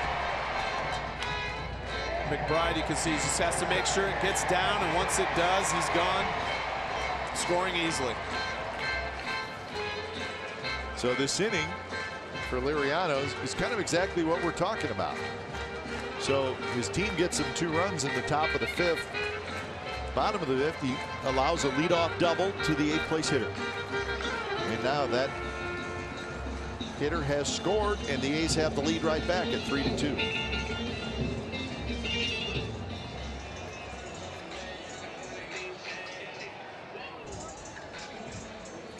So now we're going to get some action. Guedes Caminero starts to throw. Oh, we saw what he could do. Oh yeah, a couple nights ago. Semien drives on the right. Another long run for Joyce. He's not going to get it. It bounces up over the fence into the seats. It'll be a ground rule double.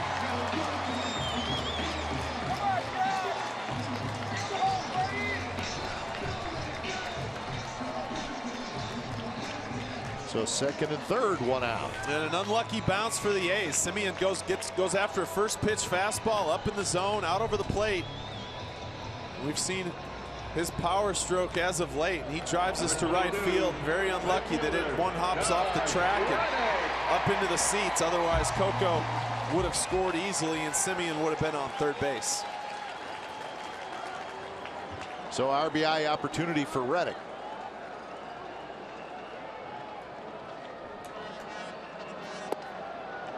Reddick takes a first pitch strike on the outside corner. A ground out and a fly ball to left field for Reddick. In these RBI situations, I feel like Reddick always tries to think back up the middle, shoot something the other way. He's become really good in these spots. Yeah, almost as if fighting off pitches inside, unless it's up and he can turn on it, but always thinking out towards the outfield. I'm going to get a fly ball, hit a line drive somewhere. We saw him do it last night. Slap something to left to drive in the run.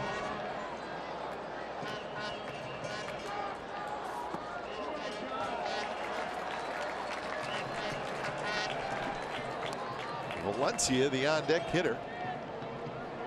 You wonder, Mark, if Caminero's not getting ready for Valencia. I bet he is. 80 pitches for Liriano.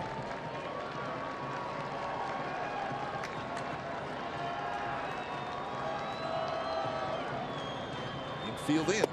Swing and a miss. 2-2.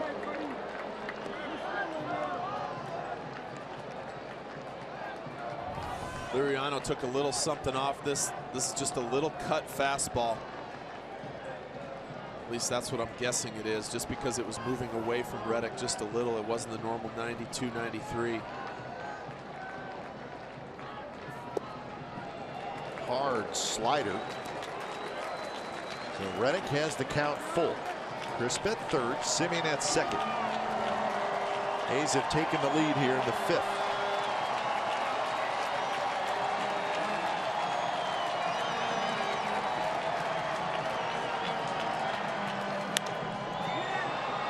Shallow left field. Frazier coming in, and Frazier has it, and Coco's going to stay at third.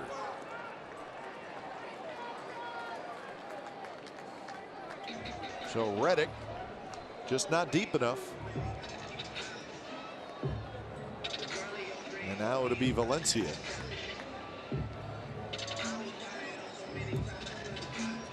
Now batting third baseman, number 26, Danny Valencia. Clint Hurdle thinking about it. Probably always tough to take a guy out of the game after he gets an out. But And Liriano's done okay against Valencia so far tonight. And that probably leads to some of his decisions, getting the 2 ground balls.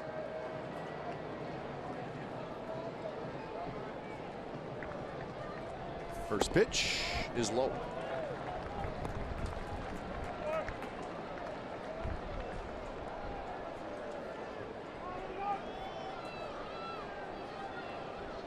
Bigman's up. 2 outs. were getting his routine down. Missed inside, so Valencia now sitting on the 2-0 count.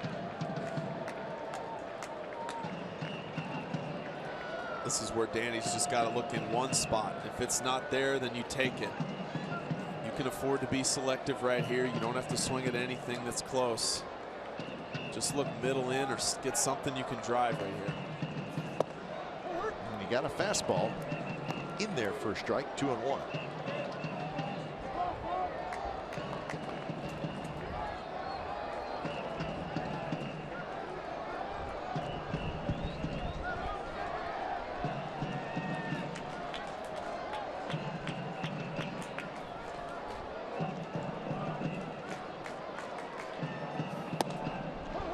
Strike, didn't have to be. Looked like that came around the plate.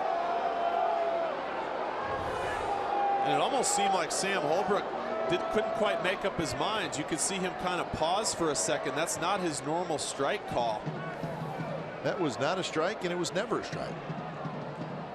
That was just a changeup away that was off the plate and stayed there. So 2-2 the count now to Valencia. Valencia drives one to right field. Joyce over, and Joyce makes the catch. Side retired. A's get a run on 3 hits as Coco Crisp comes through. So the A's grab the lead back. It's now 3-2 after 5.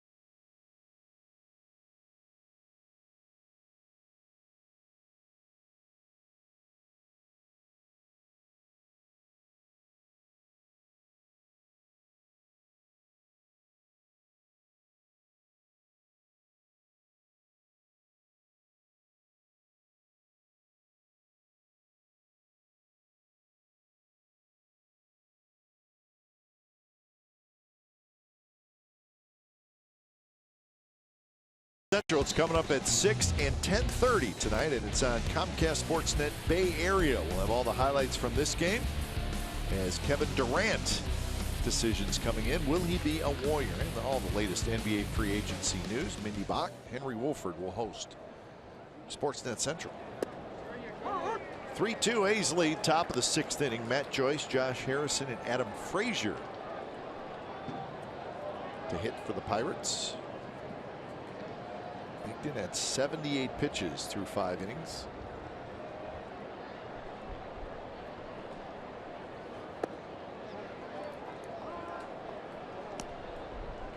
He's given up 5 hits so far. He's got 5 strikeouts.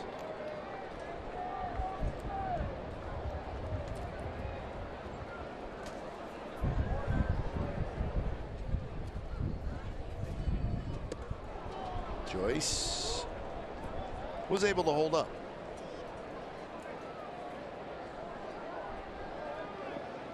Joyce has struck out and he has fouled out.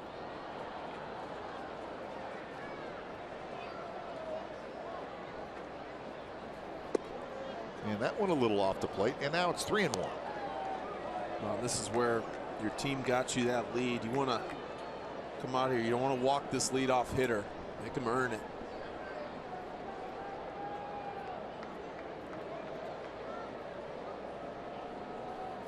Swing and a miss, 3-2. And that's what I'm talking about, Migden. I like this. It's 3-1, and he just, you know what he says? Here's my heater. See what you can do with it. He threw it right by him.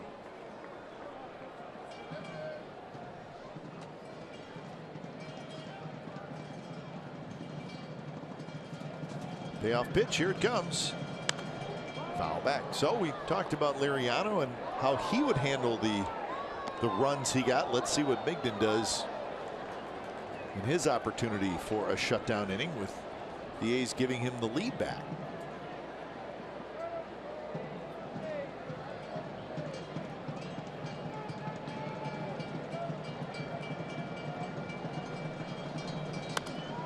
Again, foul back by Joyce. So he's putting together a pretty good at bat.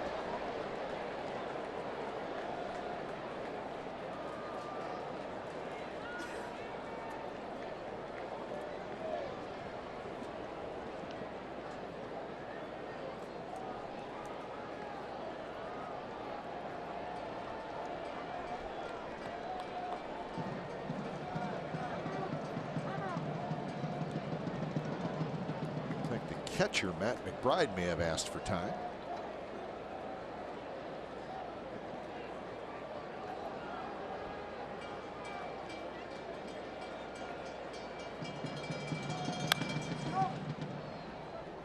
Well, the count stays 3-2. Well, Migden starting today, which is Sunday. That means he will start in Houston next weekend. That's where he's from, the team he was drafted by. So that'll be a big deal for Daniel Migden.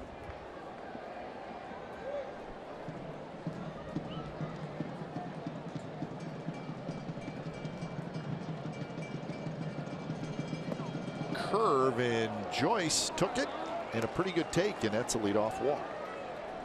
This is the second time now where Migden has had an at bat where he ended up going with an off-speed pitch after a handful of foul balls. Does that surprise you a little bit? It doesn't necessarily surprise me, but I would just prefer to see him continue to throw fastballs and challenge him, because the last time it was a changeup that he went with 3-2, which he walked the guy. And now this one he goes with the breaking ball. And while that was a great curveball, Joyce recognized it and was able to lay off of it.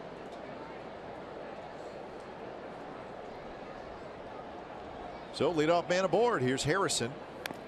Harrison swings at the first pitch, rolls it foul.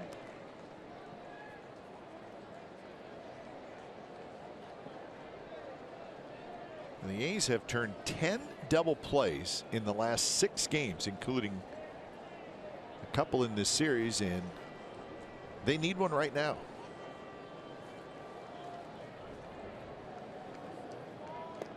Defense has been good. They have not made an error in 8 games, and they've turned all those double plays. Well, this is the example of that. You throw a strike here, get something down in the zone, whether it's a little slide or a sinker in. See if you can get that ground ball double play that you need.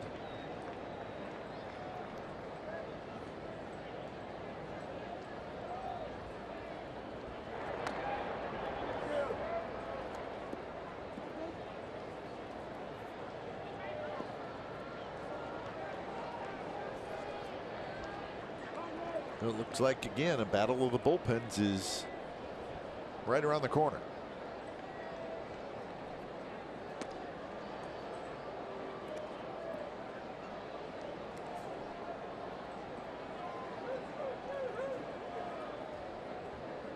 Harrison singled in the second, grounded out in the fourth.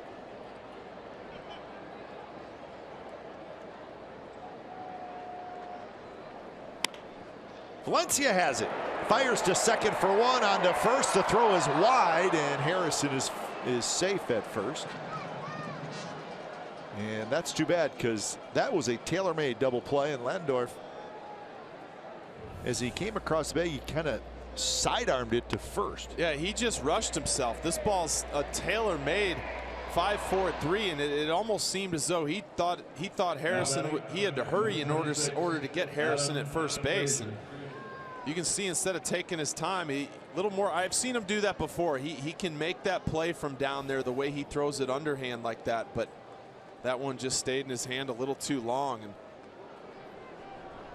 let's hope that doesn't come back to get them. So here's Adam Frazier. Harrison, the runner at first, is a base stealer. He's 13 for 14 this year in steals.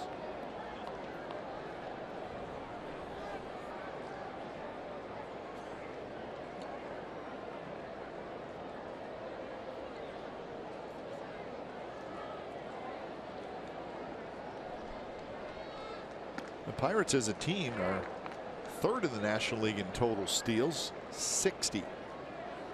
So 60 steals in 82 games.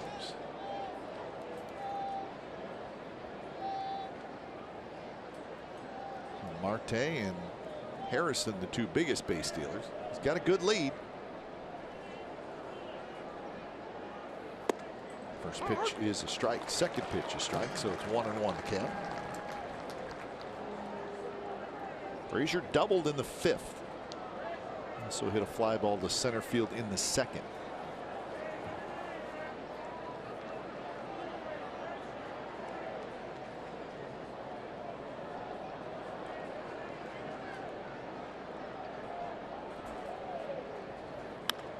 And that one headed for the right field corner, and that's trouble.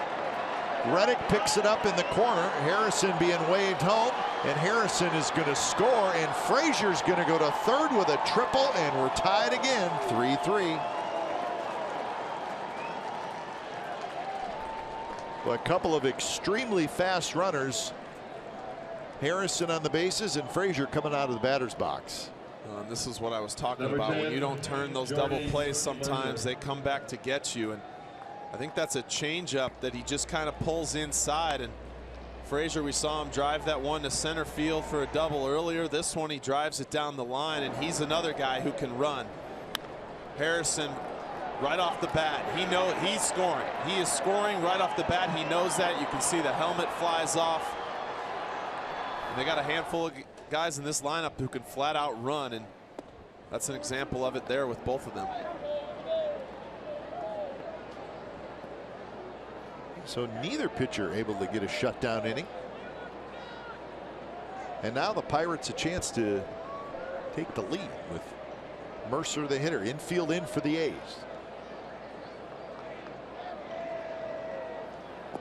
Curve stays down and away. Now we're going to get action for the first time in the A's bullpen. Pirates bullpen is quiet. The lefty Mark Sepczynski gets up.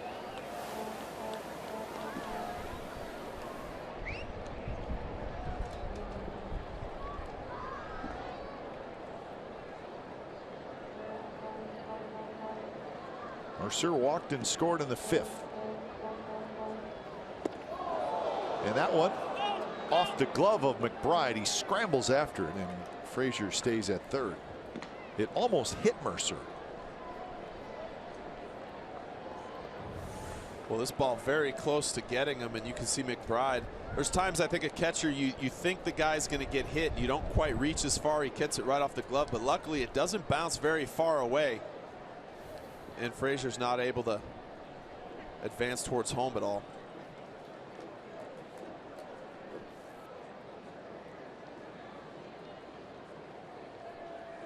Inside again on the 3-0 pitch. So Mercer with the walk. Now it's first and third.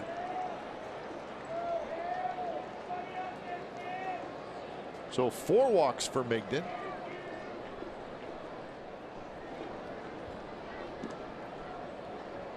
With a lefty in the bullpen and a couple of lefties coming up after Kratz and Jaso and Polanco, this could be the last man for Migden. He's at 96 pitches. Now batting, number 38, Eric Kratz.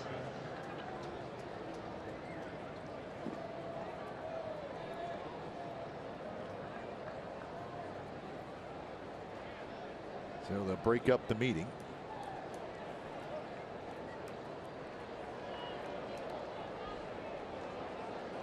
So the hitter is Eric Kratz.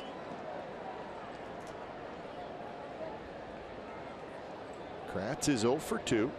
He reached on a fielder's choice and scored in the 5th.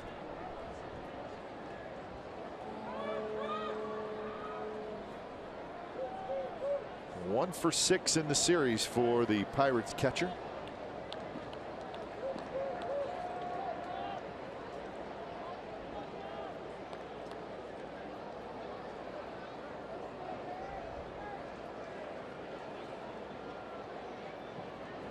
First pitch is a strike. Took a little off, caught the outside corner at the knees. A good slider for strike one. That was a good pitch to try to get yourself a double play ground ball. Whatever you do, keep the ball down right here. Try and keep it on the ground.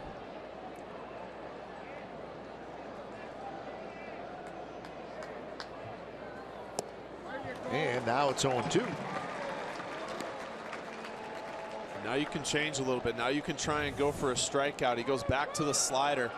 Same as the last one. Kratz just out in front. You just have to be careful of bouncing that breaking ball with a guy on third. You got to trust your catcher.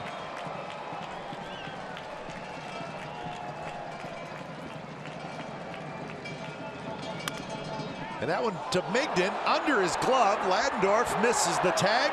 Does not pick it up clean. Everybody safe and a run scores.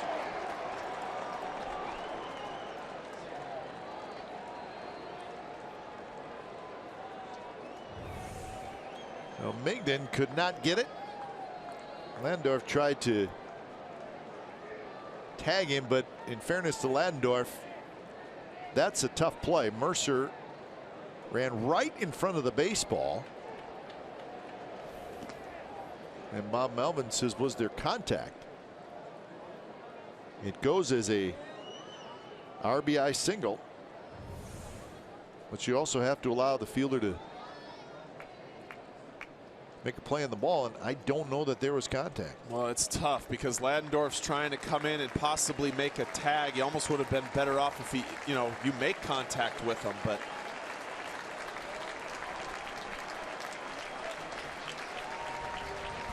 so when it's time for change, think Speedy Oil Change and Auto Service, your oil change, tune-up, and smog experts. Zabzinski coming in. The Pirates have taken the lead. Number 35, Mark Zabzinski.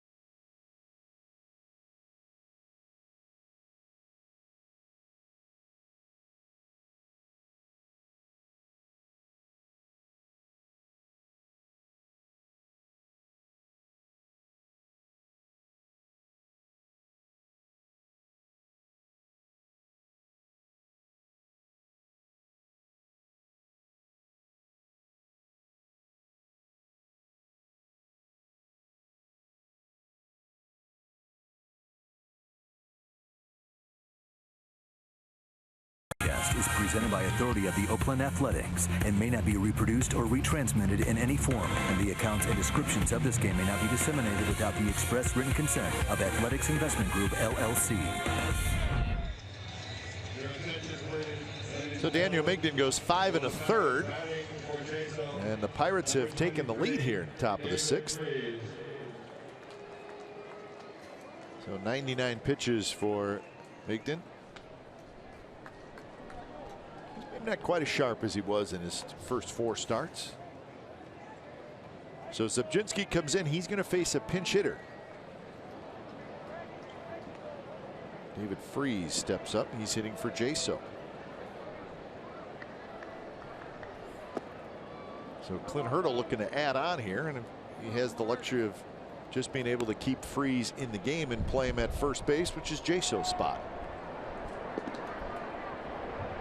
Liam Hendricks starts to throw. So Mercer's at second, Kratz at first.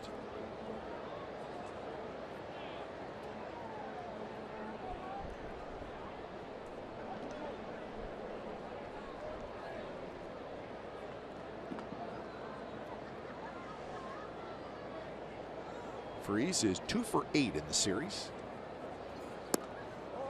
Pitch is outside, 2-0. Inherited runners 20 for 34, 54 or 59% for Zebczynski.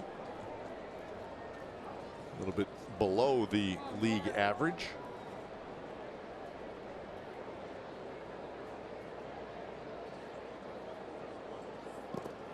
And that one rolls away from McBride, and both runners are going to move up.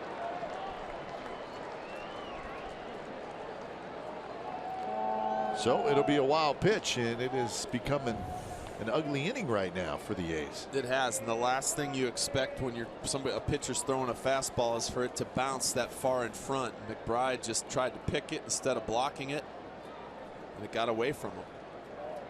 So now they're going to walk Freese, and the hitter's going to be Polanco.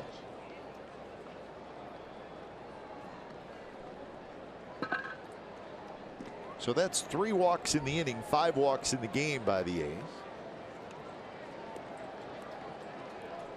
Now batting, number 25, Gregory Polanco. Gregory Polanco will hit. He has a big hit in this game, a 2-run single in the 5th that tied the game.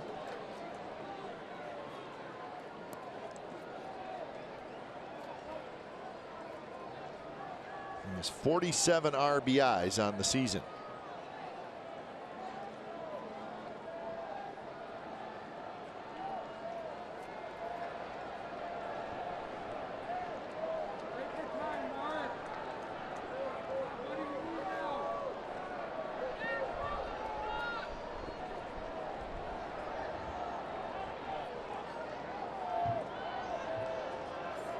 First pitch to Polanco is low.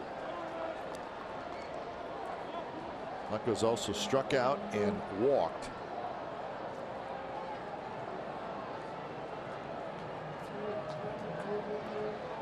He is 2 for 11 in the series.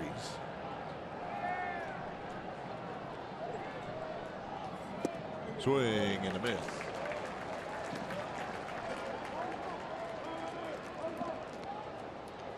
Schugel gets up. We saw him in game 1 of this series.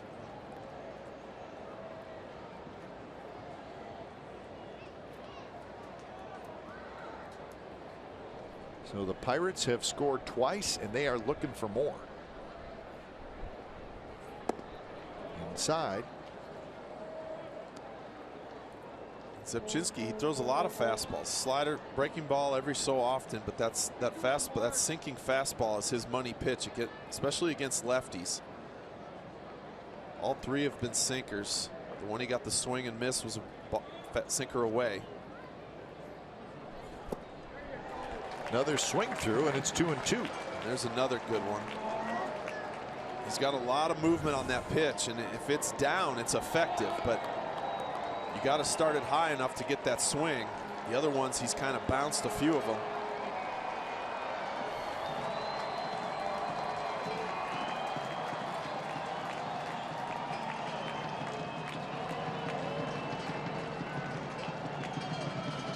Two pitch. Got him swinging. Stayed with a fastball away. So big strikeout for Zebczynski. With Gong coming up, the right-handed hitter. Bob Melvin is going back to the bullpen. He checks, makes the point, and we got a pitching change. So Hendricks coming in with the bases loaded.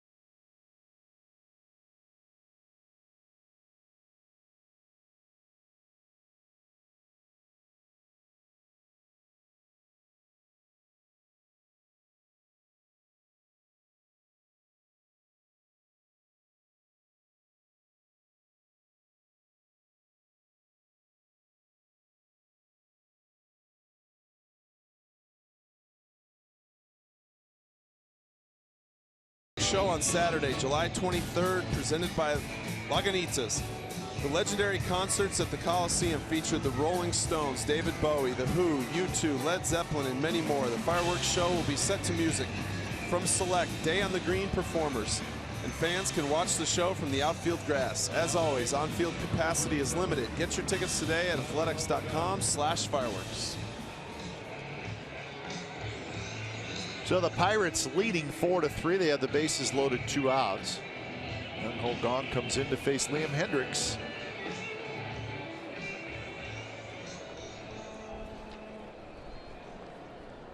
Eighth man to bat in this inning.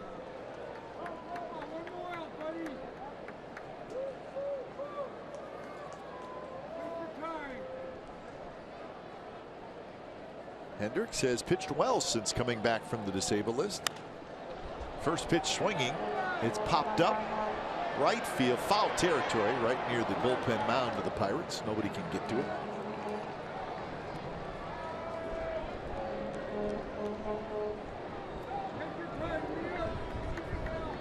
Hendricks came back from the disabled list on the 19th of June.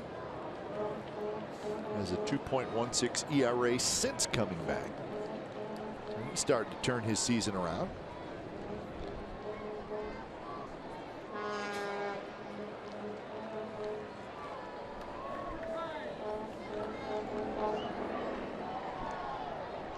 Won the count to Gong, who is 0 for 3 with a couple of strikeouts. Good pitch right at the knees. It's 0-2. That's a good fastball, 95 miles an hour, down in the strike zone. You can see the angle on that going straight downhill.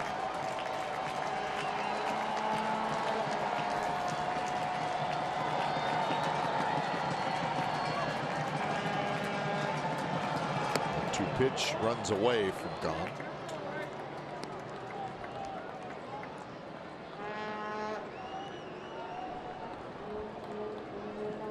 And the runners, Mercer, Kratz, and Freeze.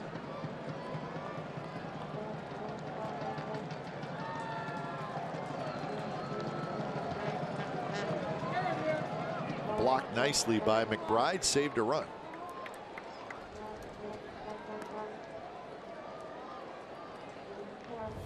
You said, what a great block. You got bases loaded. You can see him smother that one. Didn't try to pick that, just play it off that chest protector.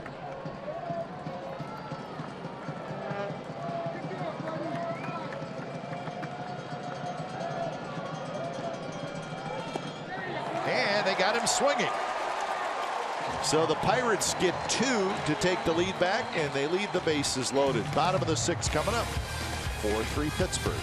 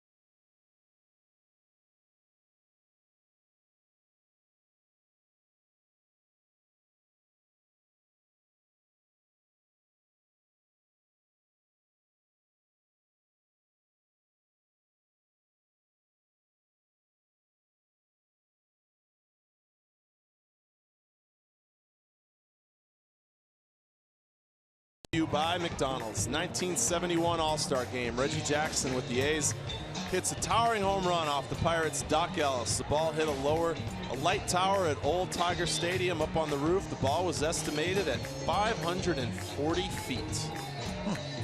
Be nice to hit one that far. At least.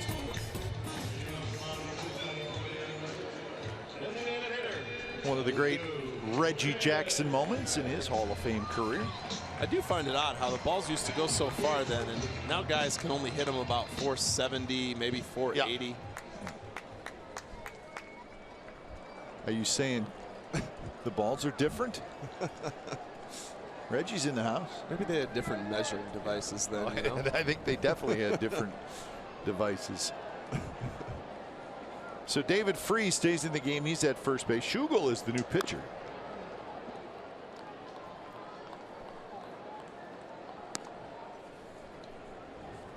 So Davis, Butler, and Smolinski for the A's.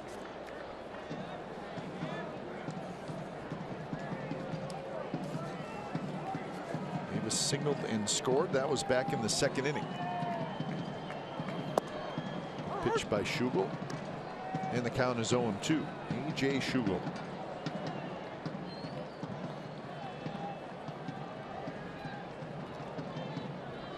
So 5 innings from Lariano. So the Pirates bullpen is going to need to get 4 outs. Not easy to do. That one is ripped to left field, and that's going to be over the head of Frazier. And Chris Davis has a leadoff double.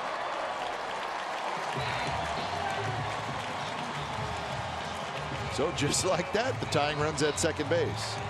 Well, and Schugel's just a fastball changeup guy. He goes with the changeup. You can see that Kratz wants it down. He leaves it up, and Davis pulls this down the left field line. It one hops off the wall. Frazier plays it nicely, but you're not going to get Davis at second by then.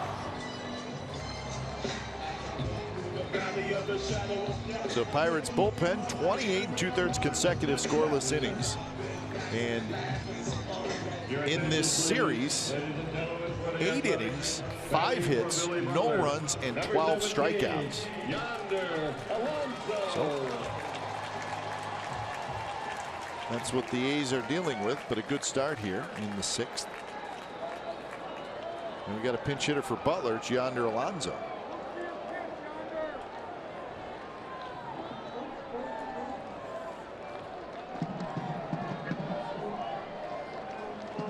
So Alonso pinch hitting.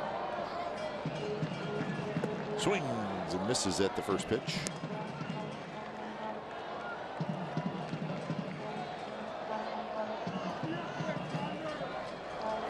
And Dull starts to throw.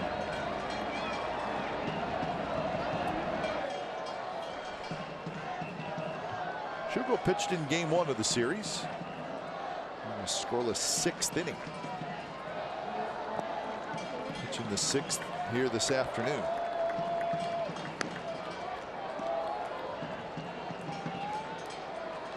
Smolinski will be next.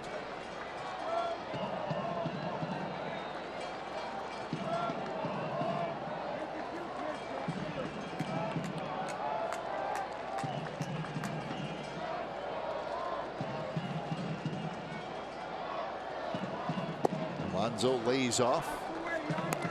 Changeup floating outside, 2-1. And I think with Schugel, you got to look for something up. With this changeup, the way he likes to throw everything down in the zone, use your aggressiveness against you. Got to try and see something up you can drive.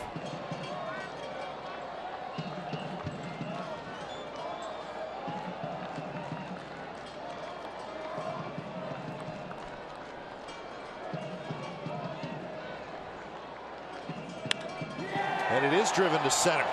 Marte hustling back. Marte's going to get there. But Davis tags up and he goes to third. So all in all, a good at bat by Alonso as he gets the job done by moving the runner up.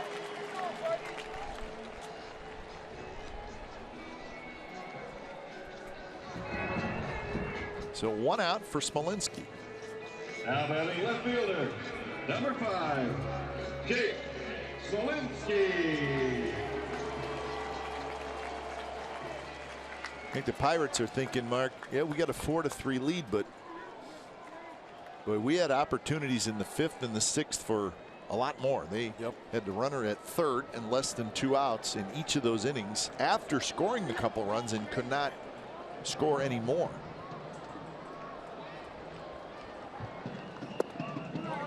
First pitch is just a little bit inside to Smolinski. A single and grounded out. And another situation here for the A's. Guy on 3rd, less than 2 outs. Infield's in.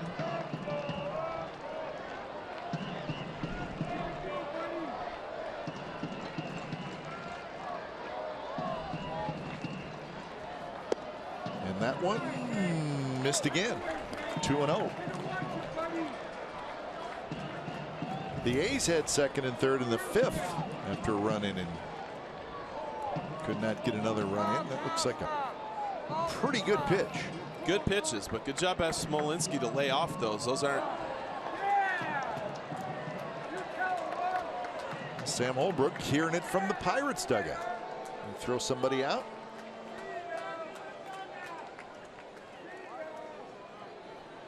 So we'll see who he tossed out. I think it was Hurdle that got tossed.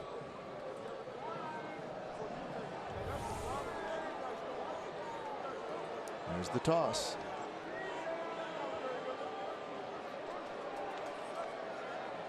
So see, we don't even get like good arguments anymore, you know. So that wasn't even like the good old-fashioned argument. No dirt kicking going on. Drawing lines in the box. He was thrown out before he came out of the dugout.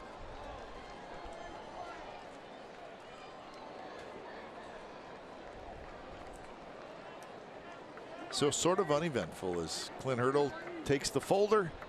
He's got his homework and he's heading back to the office.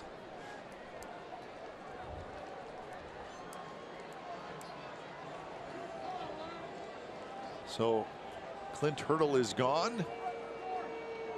And he'll go and stand right in the tunnel.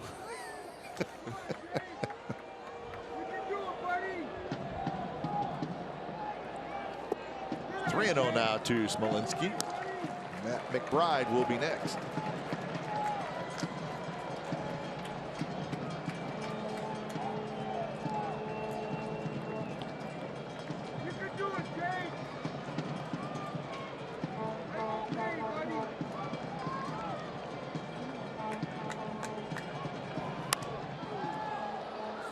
Pitch. Smolinski says, why not? Lifts it high and foul.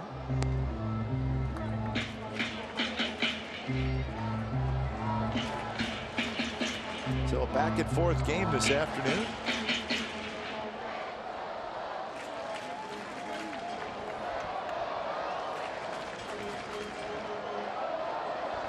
And what has been a breezy, cool day at the ballpark. Plenty of sunshine.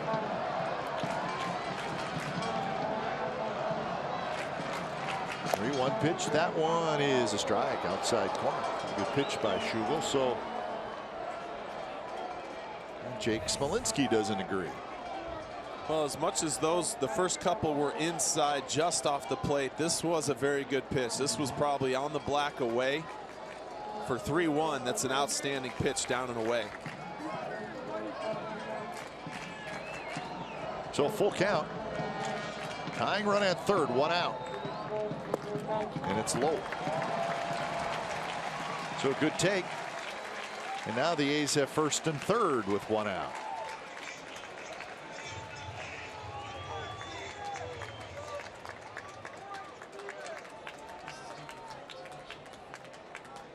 So McBride's going to go back and Stephen Vogt's going to hit. Your attention, please. Ladies and gentlemen, for the Athletics. Number 21.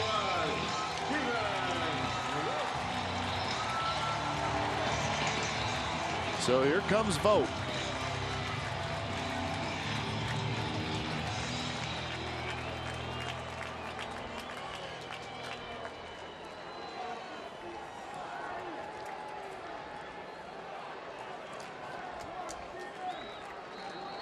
Vogt hitless in the series, 0 for 5. Pinch hitting here.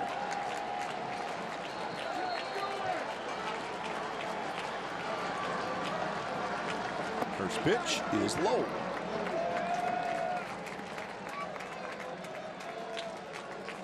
Done a good job in these situations, picking up RBIs. The runner at third in less than 2 outs, 8 for 10, so that's very good. See the league average just over half. You always think that it would be better. And it probably should be better, to be honest.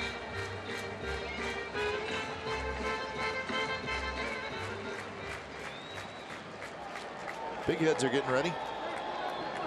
Good to see Ricky's back, got his glasses fixed.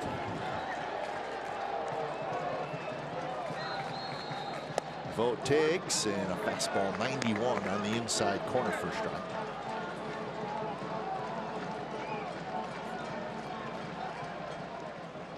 Vogt is 1 for 4 as a pinch hitter. Caminero up for the second time.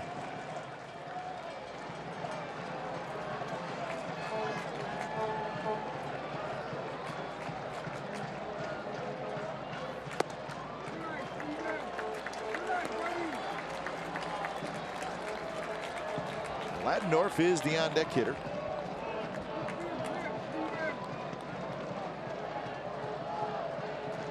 Good count here for Vogt to try to look for something up. Schugel does not want to go 3-1.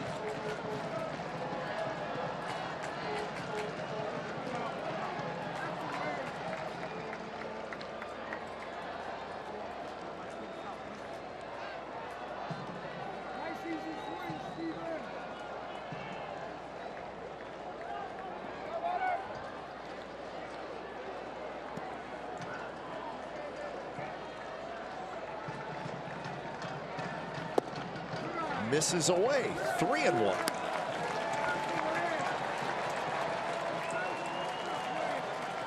Well, here again for Vogt. You look in one spot. You get the, if you don't get a pitch you can drive, you take it.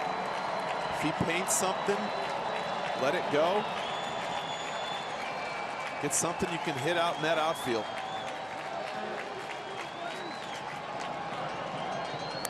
Vogt had a good rip.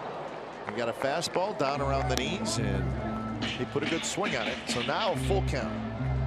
Well, he got a pitch right down the middle, and you know he just missed that one.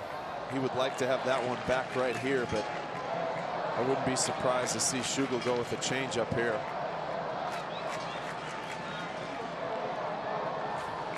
Could we see Smolinski taking off? He's got a pretty good lead. Smolinski runs, and the ball's fouled straight back. Fastball in on Vogt.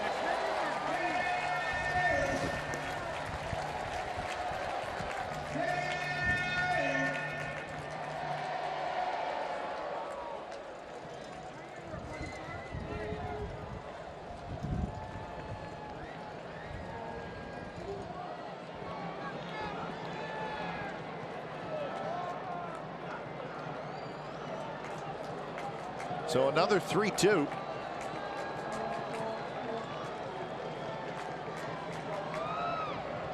Smolinski goes, and the ball's fouled left side again.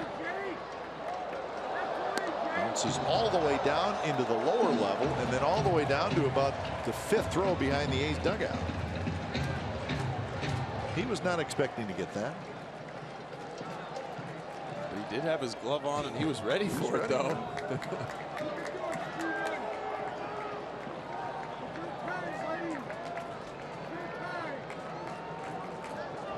So another 3-2 pitch. Runner goes, and the ball's lined to first, double play.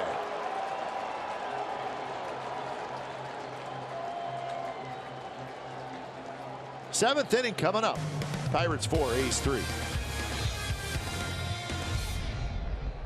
Ladies and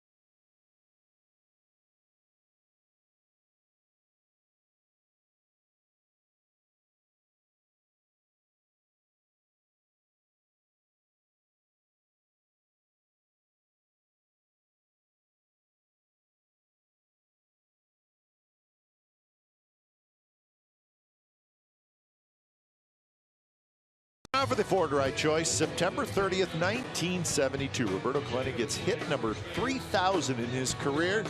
But of course, unfortunately, it was the last hit. He died in a plane crash just a few months later. Played 18 seasons for the Pirates.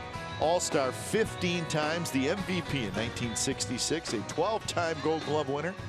He won 4 batting titles, and of course, his number 21 is retired with the Pirates, as it should be. Terrific player. He would have been able to play for a little longer. And unfortunately, that did not happen.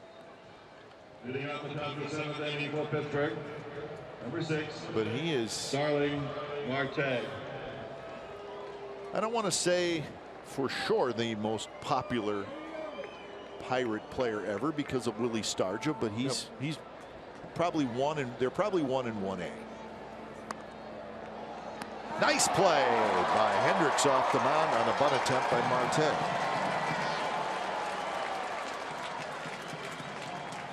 Hendricks off the mound quickly. Tough break ending the bottom of the 6th. What can you do? Absolutely nothing. No, this ball's just smoked. And because Freese was holding him on, all he does is just make the catch and step on the bag, and the inning's over.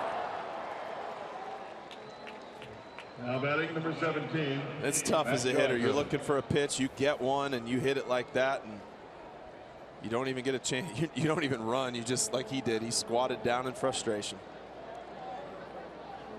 The vote stays in the game, of course. He is the catcher. 1 out for Matt Joyce. Top of the 7th. It's been an entertaining game, if nothing else. Well, and here's that bunt. Marte gets underneath it. Hendricks, nice play getting off the mound. Catch with a little roll. Made it look easy. Joyce is 0 for 2 with a walk today.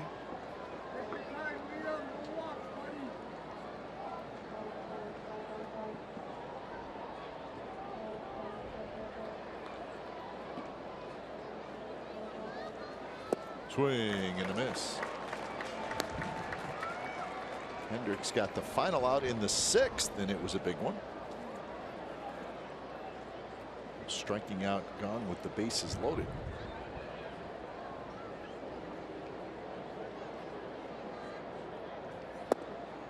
Three and 1.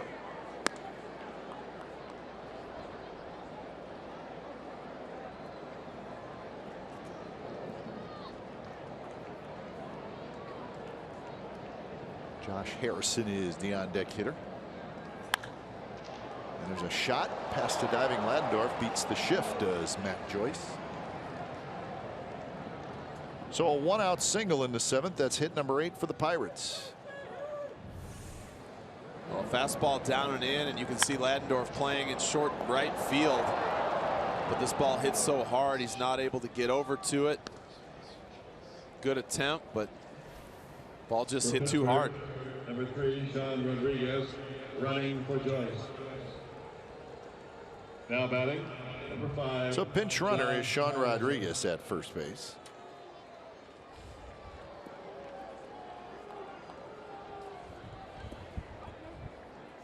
So a 1-out base runner, and here's Harrison.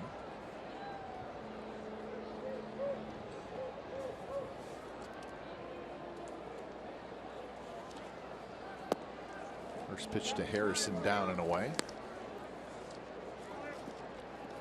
1 for 3 today with a single. He also reached on a fielder's choice and scored in the 6th inning. He is 4 for 11 now in the series.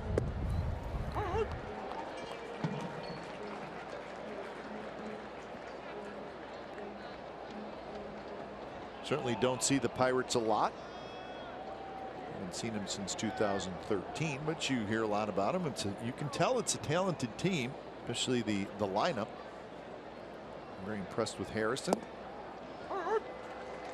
Well, and really, when you look at some of even the batting averages in their lineup, it kind of, and the numbers, it kind of makes you wonder why their record is where it is. But it's been the starting pitching. Starting pitching just has not been the same. The bullpen is incredible, as it's been. Garrett Cole on the disabled list. He's a true ace. Simeon has it. catches his bag and turns a double play.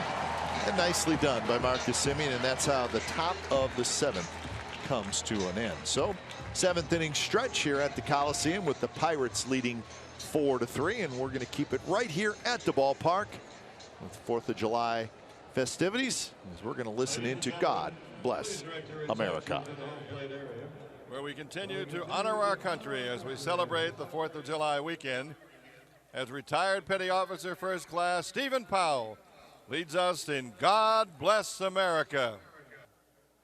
God bless America, land that I love. Stand beside her and guide her through the night with a light from above. From the mountains to the prairie, to the ocean, white would foam. God bless America, my home sweet home. God bless America, my home sweet home.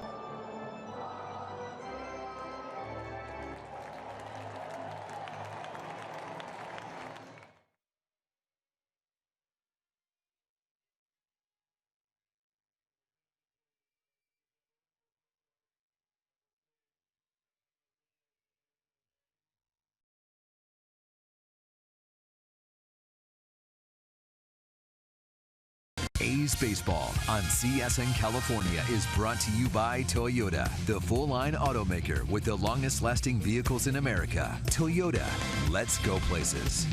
And by Xfinity. X1 from Xfinity will change the way you experience TV.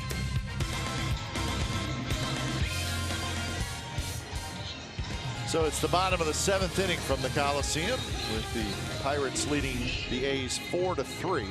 When it's time for change, think Speedy Oil Change and Auto Service, your oil change, tune-up, and smog experts. So Neftali Feliz comes in for the Pirates. Jay Shugo goes 1 inning and gets out of the big jam. Sean Rodriguez, as expected, stays in the game, and he will play right field.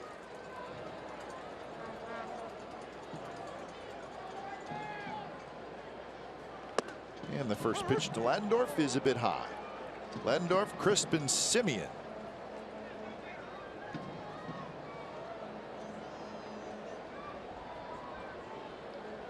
These have stranded 5 through the first 6 innings. And there's a base hit to right field. Nice job of hitting by Ladendorf.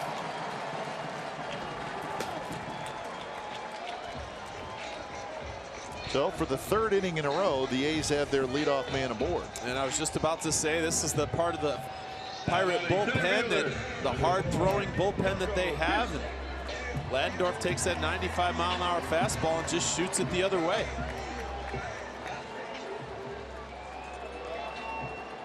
So 8 hits now for the A's. In the top of the order, Coco Chris steps up. RBI single in the 5th inning. On to third baseman. Step onto the grass as Chris fouls the first one back from Phillies.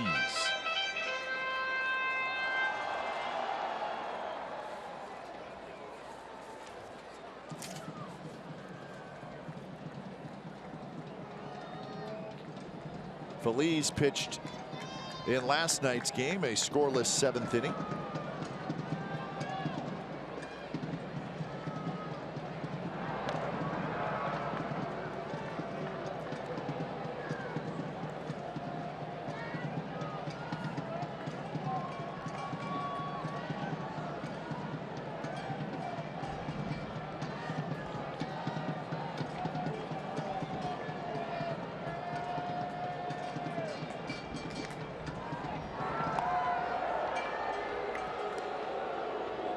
Landorf has very, very good speed.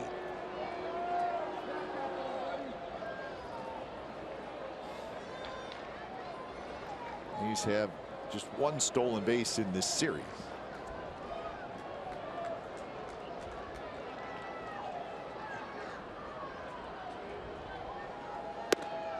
And now 1-1 the count. Phillies 94 miles an hour. He had good velocity last night.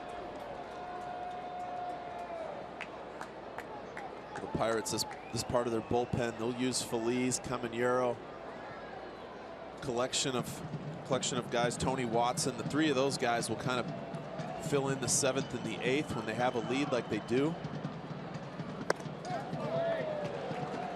And you know what helps the Pirates? I mean, Watson's their only left-hander, but Phillies against left-handed hitters, they're hitting 140 against them. So he handles left-handed hitters great, and that certainly helps the situation with having just the one lefty in the bullpen for the Pirates.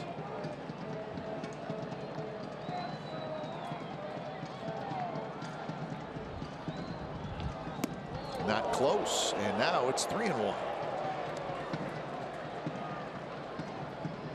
I'm kind of surprised seeing Phillies in there. In the 7th, he's primarily pitched the 8th with Watson, depending on if there's a lefty coming up. But Caminero's already been up twice in this game, and to not put him in the game, you're burning them, you're getting them loose, getting them hot anyway, and then they bring in Phillies.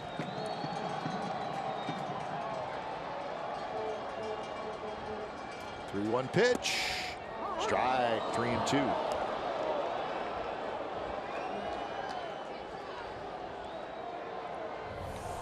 This pitch is close. It's 97 miles an hour, but I think it's a strike. It was, Coco might have thought it was down a little bit, but still a very good pitch, 3-1. So full count. Landorf runs, and the ball's hit hard into right center field. A base hit. Landorf to third. He'll stop there. First and third, nobody out.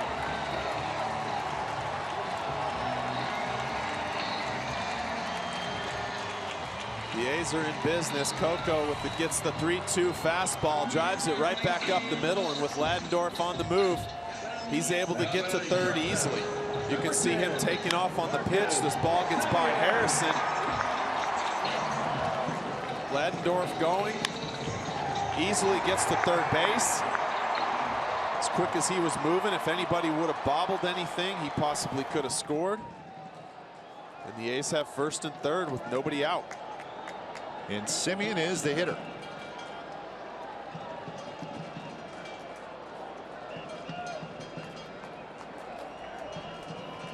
First pitch, a touch outside with a fastball.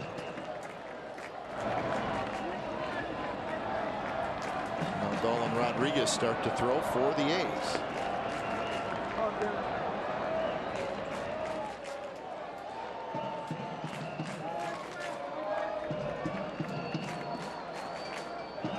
Simeon is 1 for 3. He doubled in the 5th.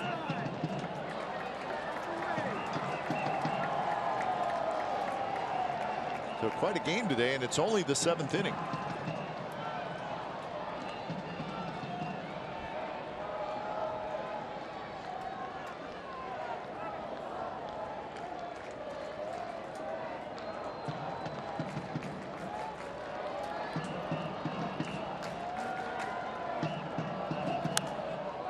fouled straight back. Good swing on a fastball. 97 from Neftali Feliz.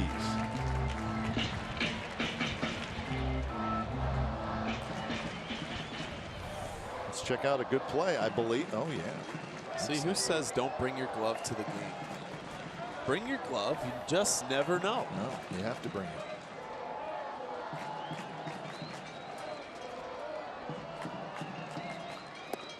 And a good slider. 2-2. That's the first slider we've seen from Feliz. When you're pumping 95 to 97 and then you throw one of these at 85, you can see why Simeon's out in front. Reddick to follow.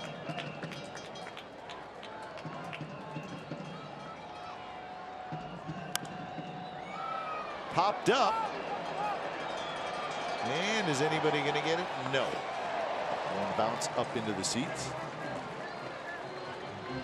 See, bring your glove, you get a foul ball. You know, it's like a magnet.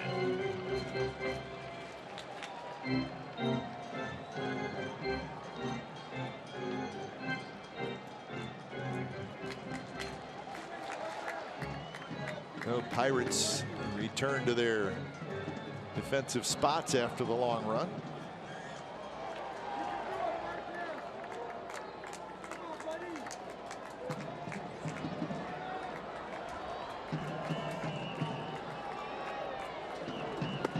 Pitch inside, and now a full count.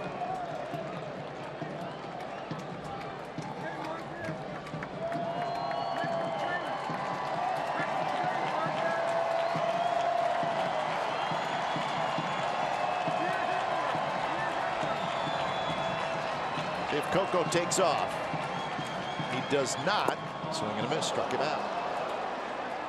A slider on 3-2, 86 miles an hour. Simeon not happy with himself after the swing. Chases one out of the strike zone. And give Feliz credit, a 3-2 breaking ball. He's taking his chances right there to load the bases, but he got Simeon to chase it. So now Reddick steps up. Reddick is 0 for 3. Opportunities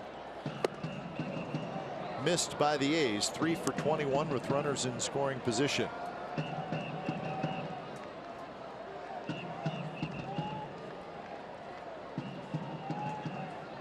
Reddick, a ground out and a pair of fly balls to left field.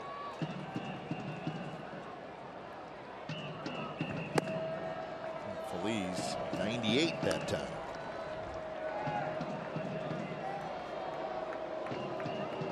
Valencia is the on-deck hitter.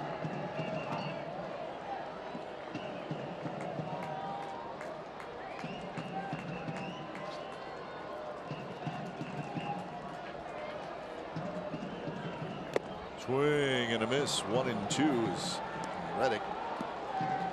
Big swing that time. He's going to have to shorten it up now. Well, Feliz just rears back and throws another one of that one at 96, the one before at 98. See if he goes to a breaking ball or if he tries to throw another one, another fastball.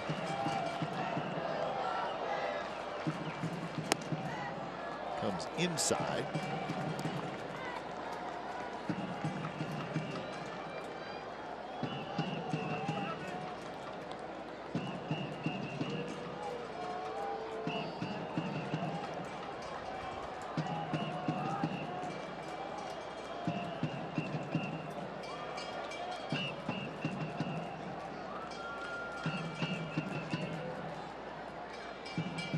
Pitch fouled high and to our left.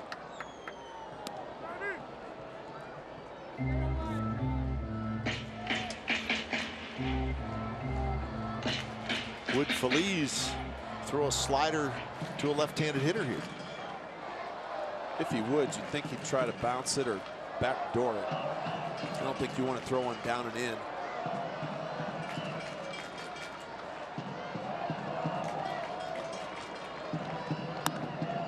And it's popped up. Harrison waits, and Harrison makes the catch. So it was not a fastball, and Reddick pops out. And now it's up to Valencia.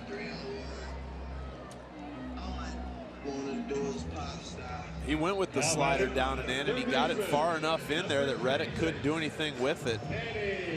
He's trying to be defensive a little bit, trying to find a way to not strike out. Unfortunately, just popped it straight up.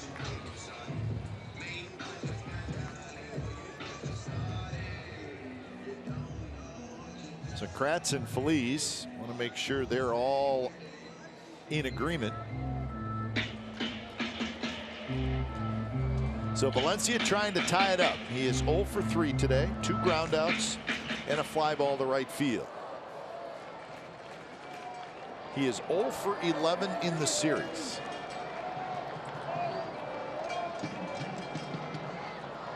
First pitch, a high strike call, 0-1.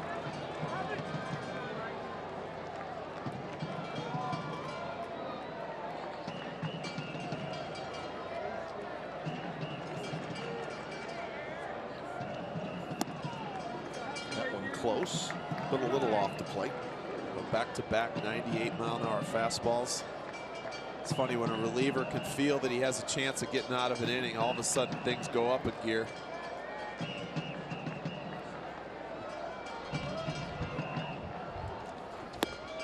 Slider, maybe not his best slider, but well, when you're throwing 98, then any kind of wrinkle makes it difficult for a hitter. Well, and this is on the same plane as that first pitch fastball that's elevated. And when all of a sudden it's 87 miles an hour and moving away from you, there's not much you can do. Valencia behind in the count. Got him swinging on a high heater. 98 again. So the A's had first and third, nobody out, and they do not score. So Neftali Feliz pitches out of it. 8th inning coming up, 4-3 Pittsburgh.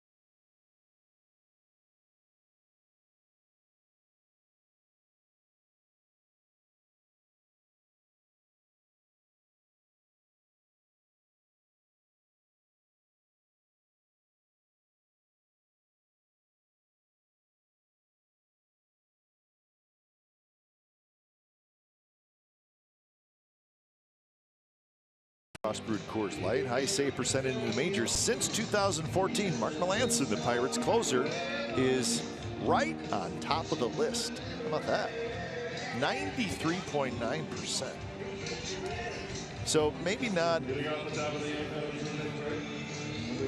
If you're saying, hey, closers, give me the best, he may not be the name that pops up, but statistically, you could make the argument that he is one of the best. Yep.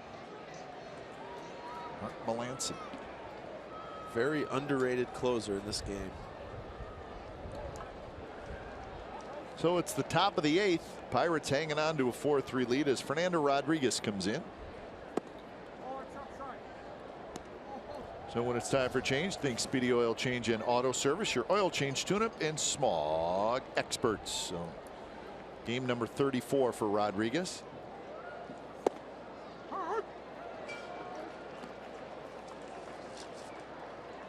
Well, Frazier's had a good ball game. A double, a triple, an RBI, and a run scored. So he's been right in the middle of the two scoring innings for the Pirates. Well, and as you said, he kind of forced his way up here with his performance in AAA, and now you see what he's doing today. This is a team, the Pirates, they're pretty much set in the outfield. All three guys have deals, aren't really going anywhere. But to be able to put this guy in the lineup, give McCutchen a day off, or whoever it might be.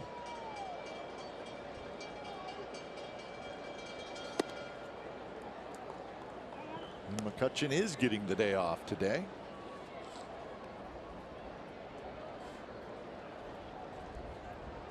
Has he moved? Nope. He's a fan today. He's enjoying the entertaining game. Swing there by Frazier.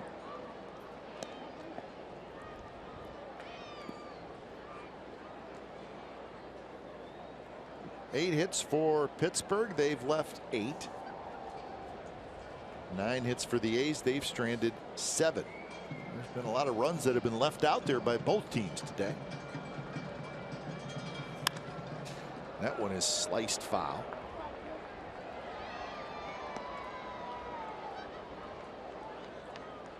So the count remains 2-2.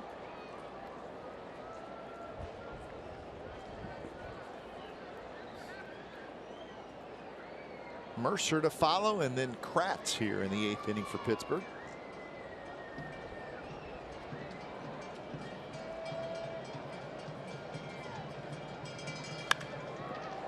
Hit hard, backhanded nicely. Landor, quick throw to first. What a play.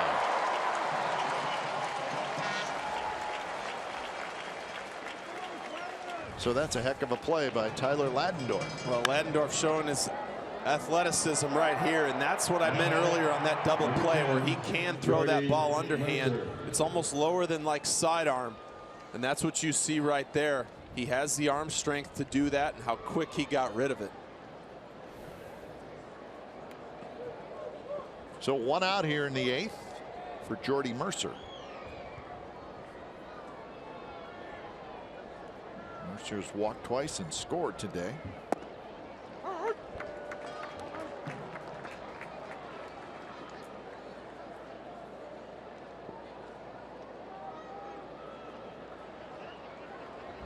Pirates with 2 in the 5th and 2 in the 6th.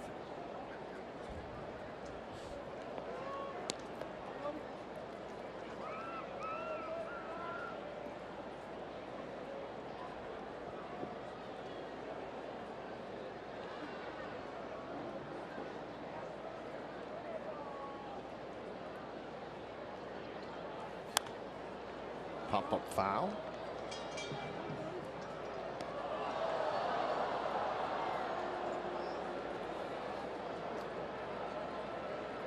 Twins beat the Rangers again today, 5-4. We'll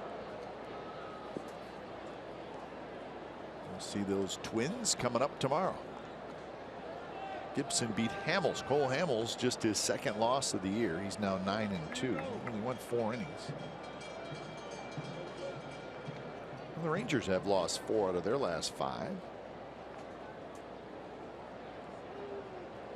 They will head to Boston for a 3-game series against the Red Sox, and then back home for 4 against the Twins, and that will be the All-Star break. Now there's a little bit of an issue with Fernando Rodriguez.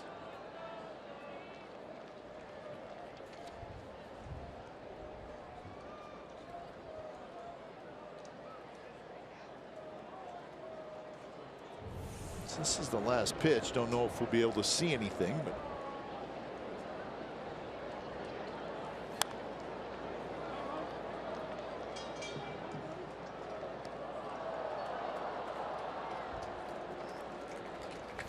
and he's coming out.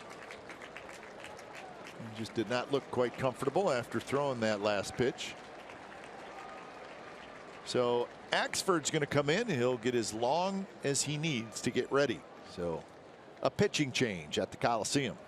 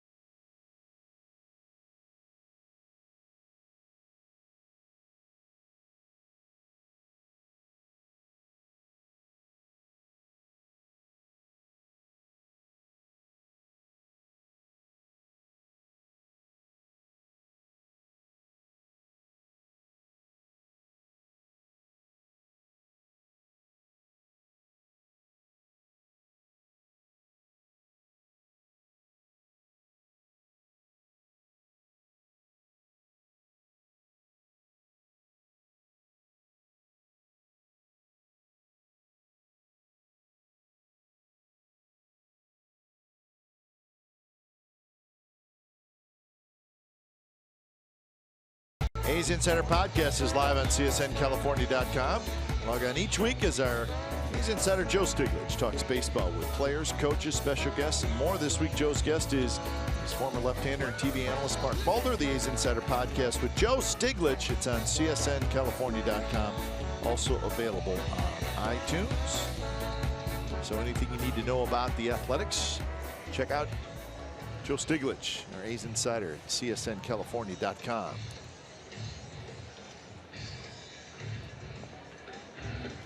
So here is Axford, who is, as we said before we went to break, he can warm up as long as he wants if you're coming in for an injured player. I would have to think this has got to be awkward for relievers to do this, just simply because you're doing it in front of everyone.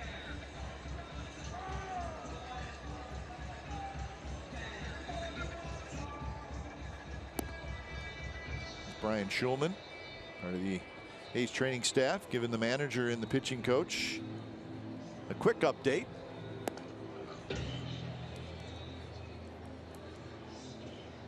So we'll keep our fingers crossed on Fernando Rodriguez. He's been kind of a workhorse for the A's bullpen this year. You can see Axford just warming up there all by his lonesome, which I think for a reliever, you got to make sure you take your time because you got adrenaline. You're out on the field. Everybody's kind of waiting on you, and you almost feel like, well, I should just hurry up and get ready. But you can't let that happen. You got to make sure you prepare just as you would in the bullpen. So he is now ready.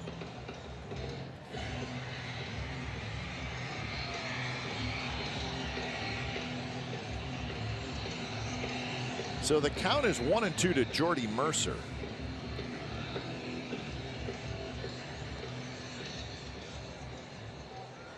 Number 10, Jordy Mercer.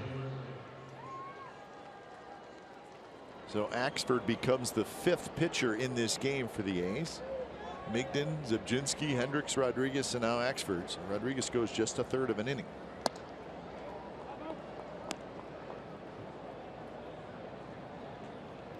And plus you're picking up in the middle of an at-bat, which could be strange. At least you're ahead in the count. That helps a little bit. Now it's 2-2. Hit hard into left field for a base hit by Mercer.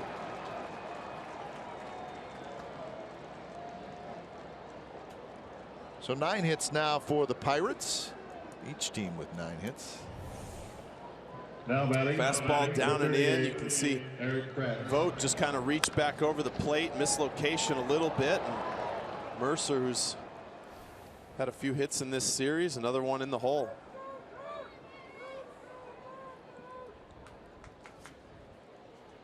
So here's Kratz, the 9th place hitter for Pittsburgh.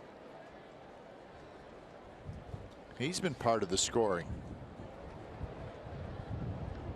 Reached on a fielder's choice and scored in the 5th, and then had an RBI infield single in the 6th.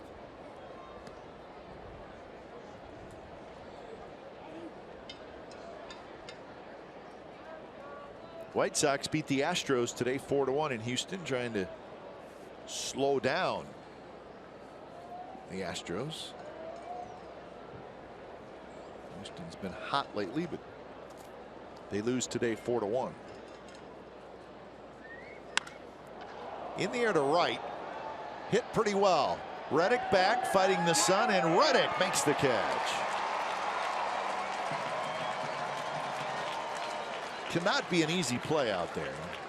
Moving back, bright sun, always tough here in this ballpark. Well, we've seen the wind kind of going from left field to right field, so this ball just kind of takes Reddick a lot further than he, I think, thought at first, and kind of coasts on back, trying to block the sun the whole time, while you can see adjusting his route to get to the ball.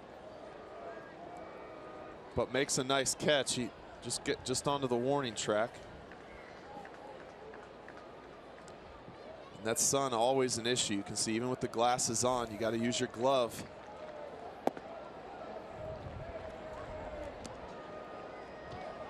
So 2 away, and now it's David Freese. Freese pinch hit in the 6th inning and walked. And he stayed in the game at first base. And that one's hit to right. That's hit well. And that one is gone. David Freese, a 2-run homer to right field, and the Pirates now lead 6-3.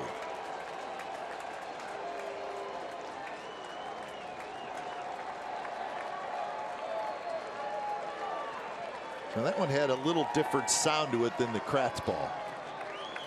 Freese got a slider from Axford. And you can see that's David Freese's power area, center field to right center. And you could tell the second he hit this, even Reddick didn't really, he just kind of gave it a little jog after it. But you could tell by the sound, that's his power stroke. He drives the ball that way for power. And that one hurts the A's, now down by 3. Polanco swings over a curveball, 0-1. Second home run hit in this series by the Pirates. With that, David Freese has not pulled a home run this year. That's a surprise. I know he's always been a good right field hitter, but he showed it there. You would think somewhere along the line he would get a hanging curveball somewhere. Maybe he doesn't have to. It was a pretty good job of hitting for his 8th home run of the year. He now has 35 RBIs.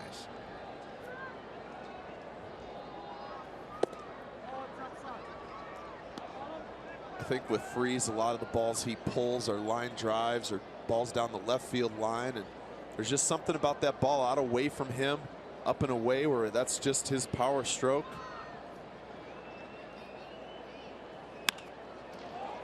That one dropped into left field for a hit for Polanco, his second hit. He got jammed a little bit.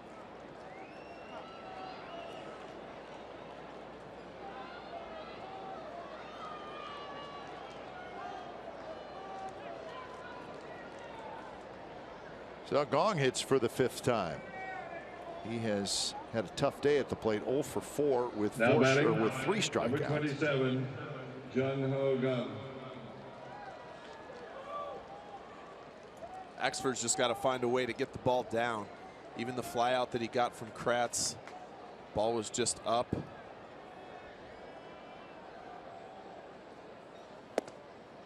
First pitch strike.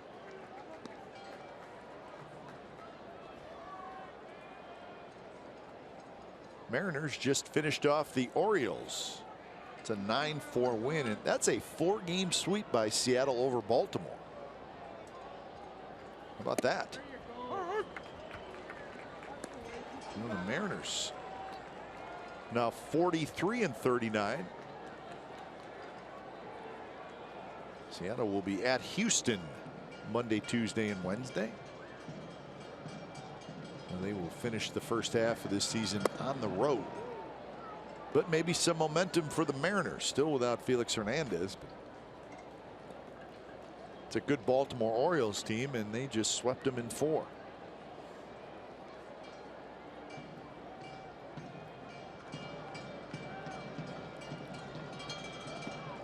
Blocked nicely by Vogt. Red Sox beat the Angels 10-5. A few runs scored in that series. Yeah. Red Sox scored 7 runs in the 5th inning.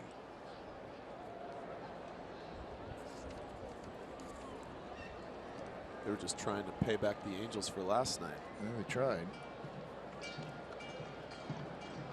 It was a 3-game series between the Red Sox and the Angels. 47 runs scored.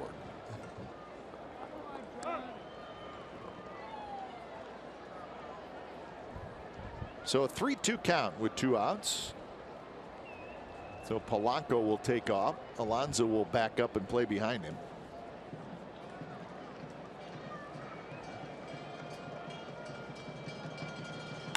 And the pitch is tapped towards Simeon. Gets a nice hop.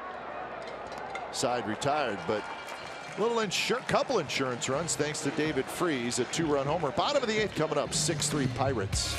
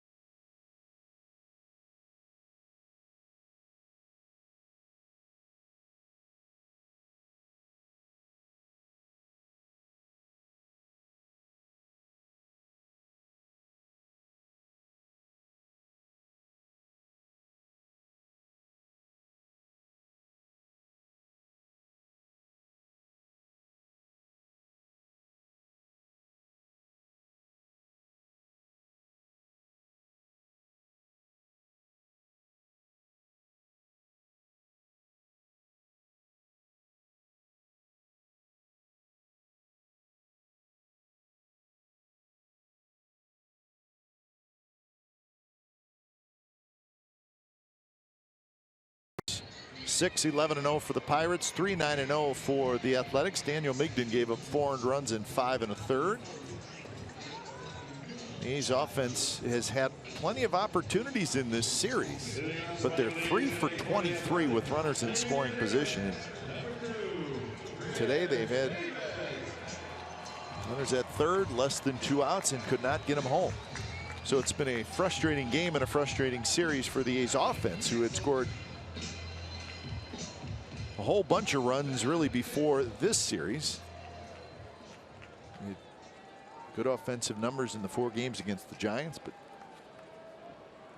a little bit of a different story this weekend. Chris Davis to lead it off. Tony Watson, the left-hander, comes on.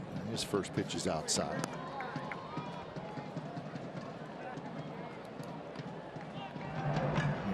Anaheim starts to throw.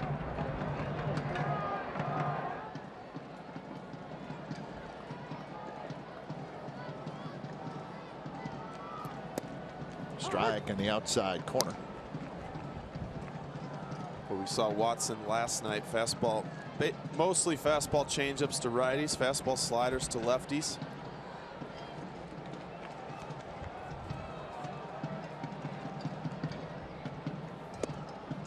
Coming right at him, 1-2, 93 miles an hour. Davis a single and a double. He's 2 for 3 with a run scored.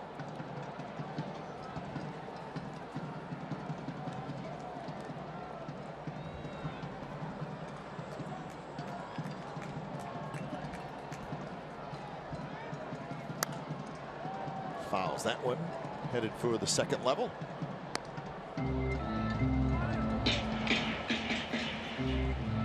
Blue Jays beat the Indians again. 17-1 was the final in Toronto. The Blue Jays win the final 2 games of that series. Yesterday snapping the Indians' 14-game winning streak. 17 runs and 18 hits for Toronto.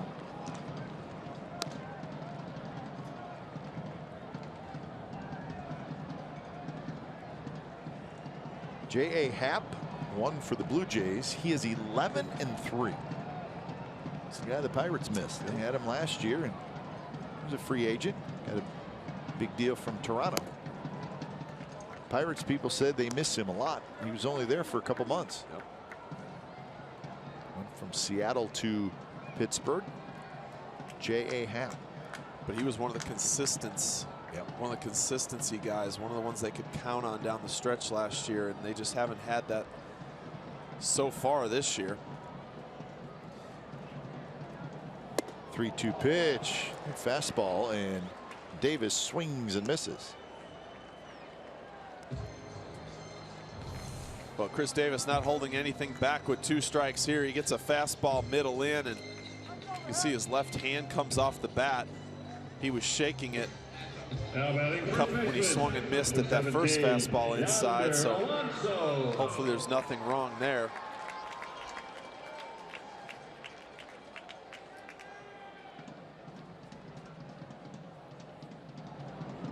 So with 1 out, Alonso steps in, and the first pitch to Alonso is a strike.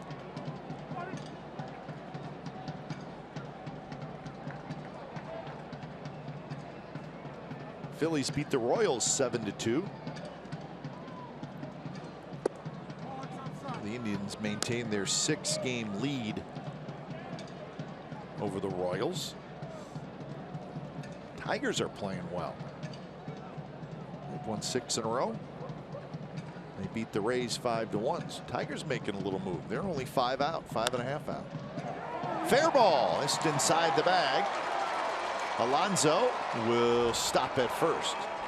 Rodriguez did a good job of hustling over there and getting it in quickly. Well, Alonso, you can see the target's inside. It's right where Watson threw it, and Alonso just quick on the inner half, pulls it right down the line. And like you said, Rodriguez quickly got over there to keep Alonso at first.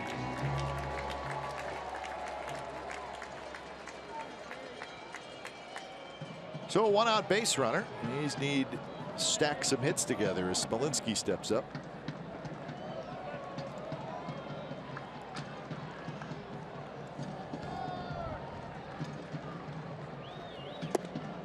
Misses down and in.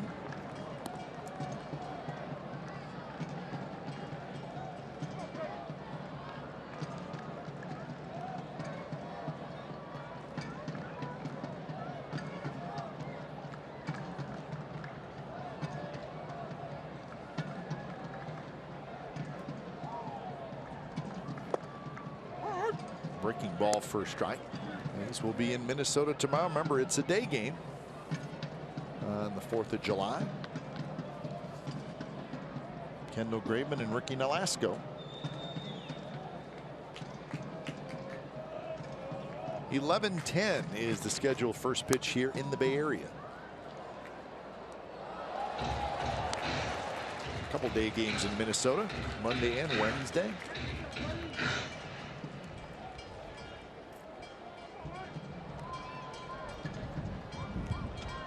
Chance to hit maybe for Jed Lowry at some point.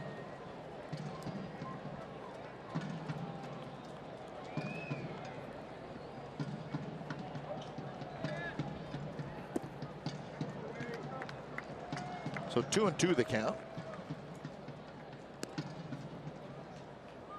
Pirates bullpen still unscored upon in this series. 10 shutout innings now.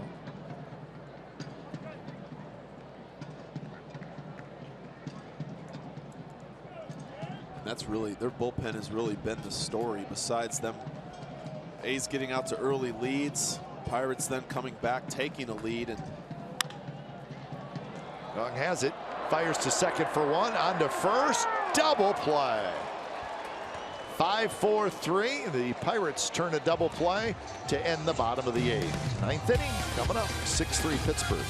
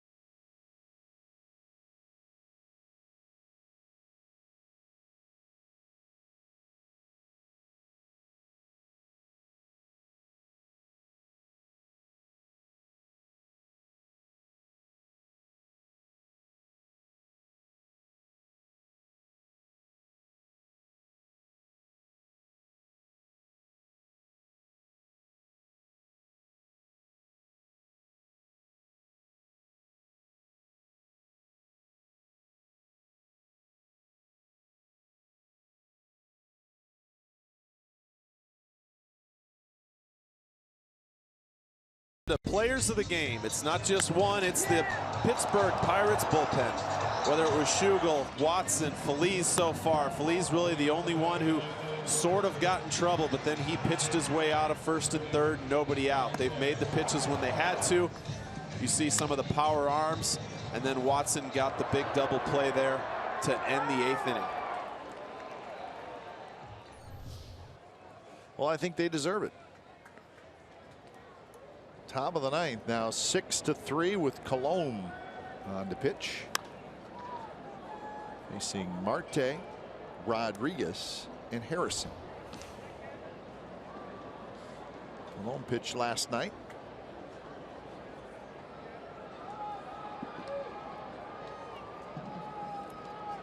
And knocked around a little bit last night.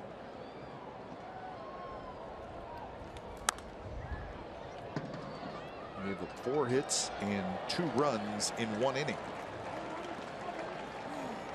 Lanson, the closer, is up.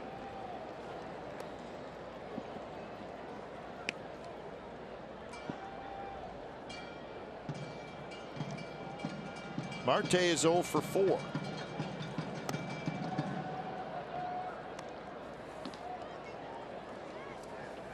Hitting in the cleanup spot in today's game.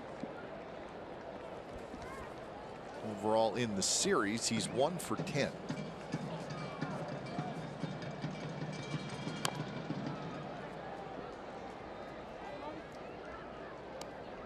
Say a lot of the middle of the order for the Pirates in this series really hasn't done a whole lot. No, McCutcheon the first couple days, he played the first 2 games.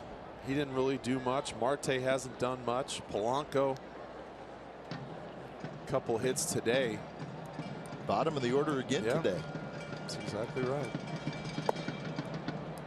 Sharp curveball. 2-2 to Marte. And Frazier, a couple hits in the 7th spot. Mercer scored a couple runs in the 8th spot. Kratz, a run scored, an RBI in the 9th spot.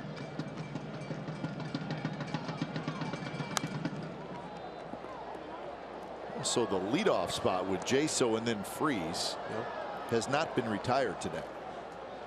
Jaso had 2 walks and was hit by a pitch. Freese a walk and then the 2-run homer.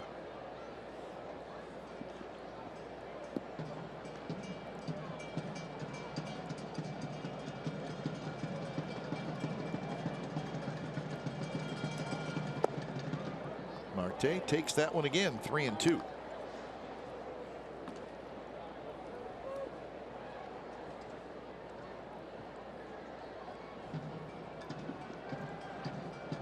Marte, a fly ball to center, a ground out, a strikeout, and a pop out.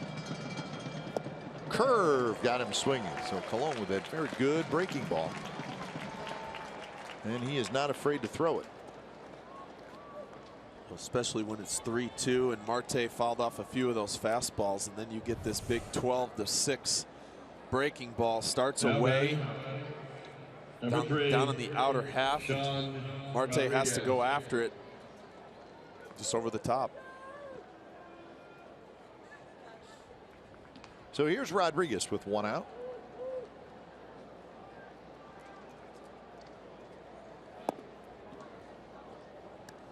Still not heard anything on Fernando Rodriguez. He left the game in the 8th inning.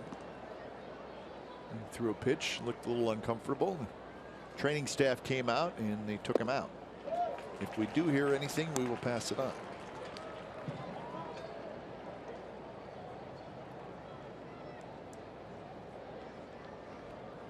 John Axford then came in. Axford 2/3 of an inning, 3 hits and 2 runs. It was the Freese home run.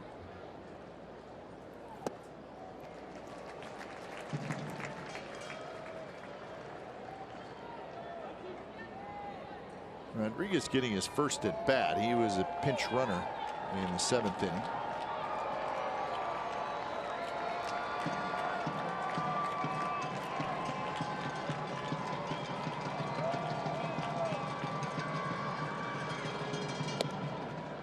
He likes that curve, does he? Well, he threw a couple breaking balls away, but he was going for the strikeout there. Just overthrew it a little bit, trying to make it too good.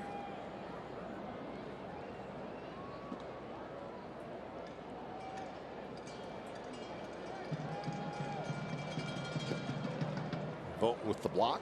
So the count is now full. In the bottom of the 9th, going to be Vogt, Ladendorf, Crisp. So 3 scheduled hitters, and the A's still have Burns and Lowry on their bench that they have not used. And they will face the Pirates closer Melanson.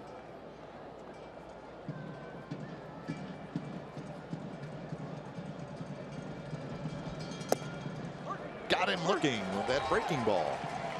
Back-to-back strikeouts for Colon. Well, instead of the curveball, he went with the backdoor slider, which he got Rodriguez swinging early in the count, and this one just painted on the black away. Rodriguez got caught looking for something else right there. And he knew it. It's always a good feeling as a pitcher when you see the hitter just start walking almost before it crosses home. Doesn't happen often, but when it does, it feels good.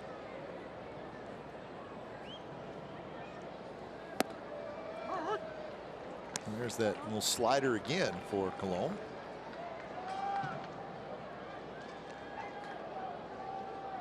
One for 4 today for Josh Harrison.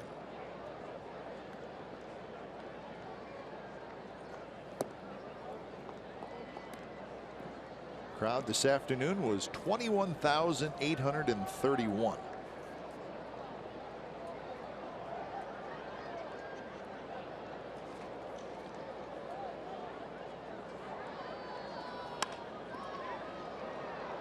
Reddick is there, back a couple steps, and he's got it.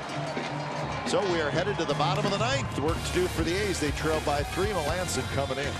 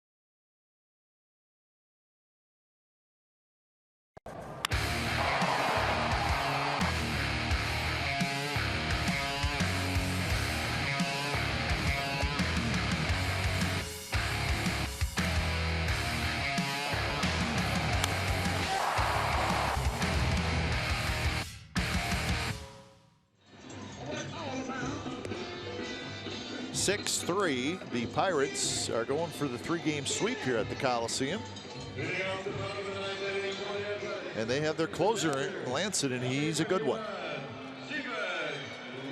So he'll face Vogt, Ladendorf, and Crisp here in the bottom of the 9th inning, and he has the 3-run lead.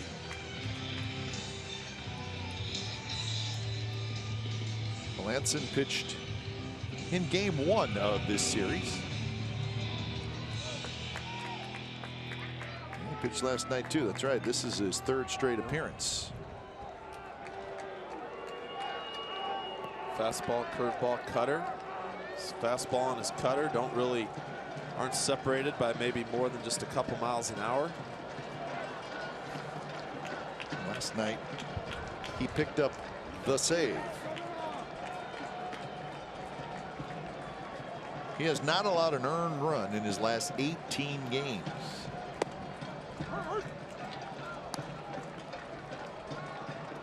So Vogt to lead it off. He pinch hit in the 6th, lined into a double play. It was the most frustrating play of the afternoon. With runners at 1st and 3rd and 1 out, he hit a line drive right at the first baseman who stepped on the bag for a double play right to Melanson. Flip it overhand, 1 away.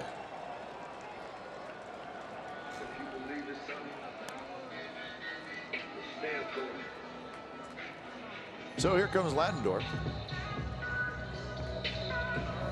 Now batting, second baseman, number 25, Tyler Ladendorf. So here's Ladendorf. He is 1 for 4. Make that 1 for 3. Grounded out twice and then lined to single to right field in the 7th inning.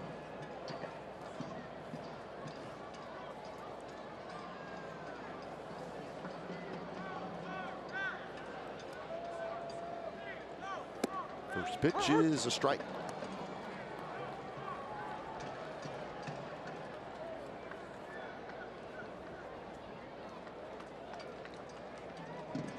So the A's need multiple base runners against Melanson. And now it's 0-2. Well, and with this being the 3rd day in a row Melanson's throwing, you said that they're on their way to St. Louis. Yeah. Those are big games. No off days, 4 in a row. Well, he got used on Friday in a non-save situation. Yeah. So, but yeah, 3 days in a row still, and now they have a 4-game series against their rival. He's going to get a day, have to get a day tomorrow or the next.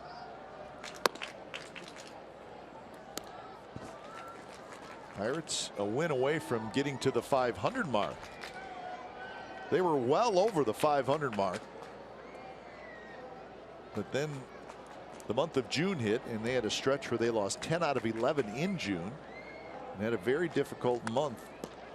Melanson grabs it in the air, 2 outs.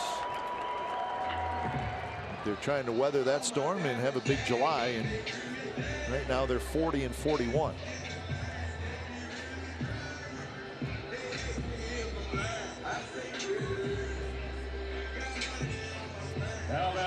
So 2 outs. It's up to Coco Crisp to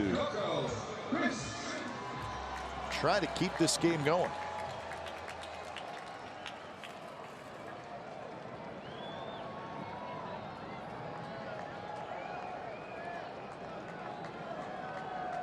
Coco is 2 for 4. He has singled twice and he has an RBI, and Melanson pumps a strike into Coco.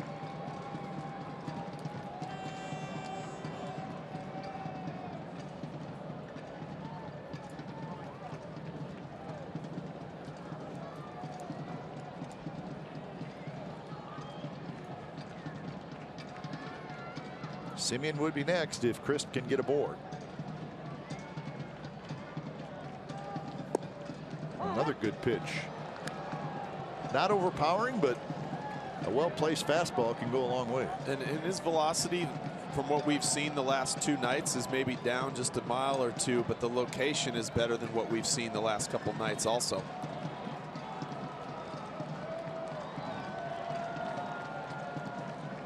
Two pitch. Good curve. Coco with a good take.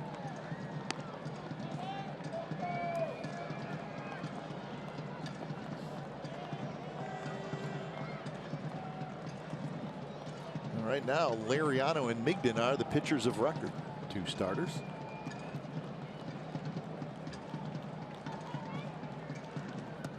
Swing and a miss, and that's the ball game, and that's the weekend. And it was not a good weekend for the Athletics. The Pirates sweep the A's in the 3-game set, and the A's have now lost 4 in a row, and they are now back to 12 games under the 500 mark. Long one this afternoon. It took 3 hours and 35 minutes. Paid attendance was 21,831. Liriano was the winner.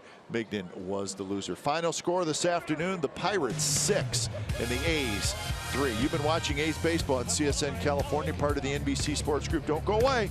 A's Post Game Live with Guy Haberman and Carney Lansford starts right now.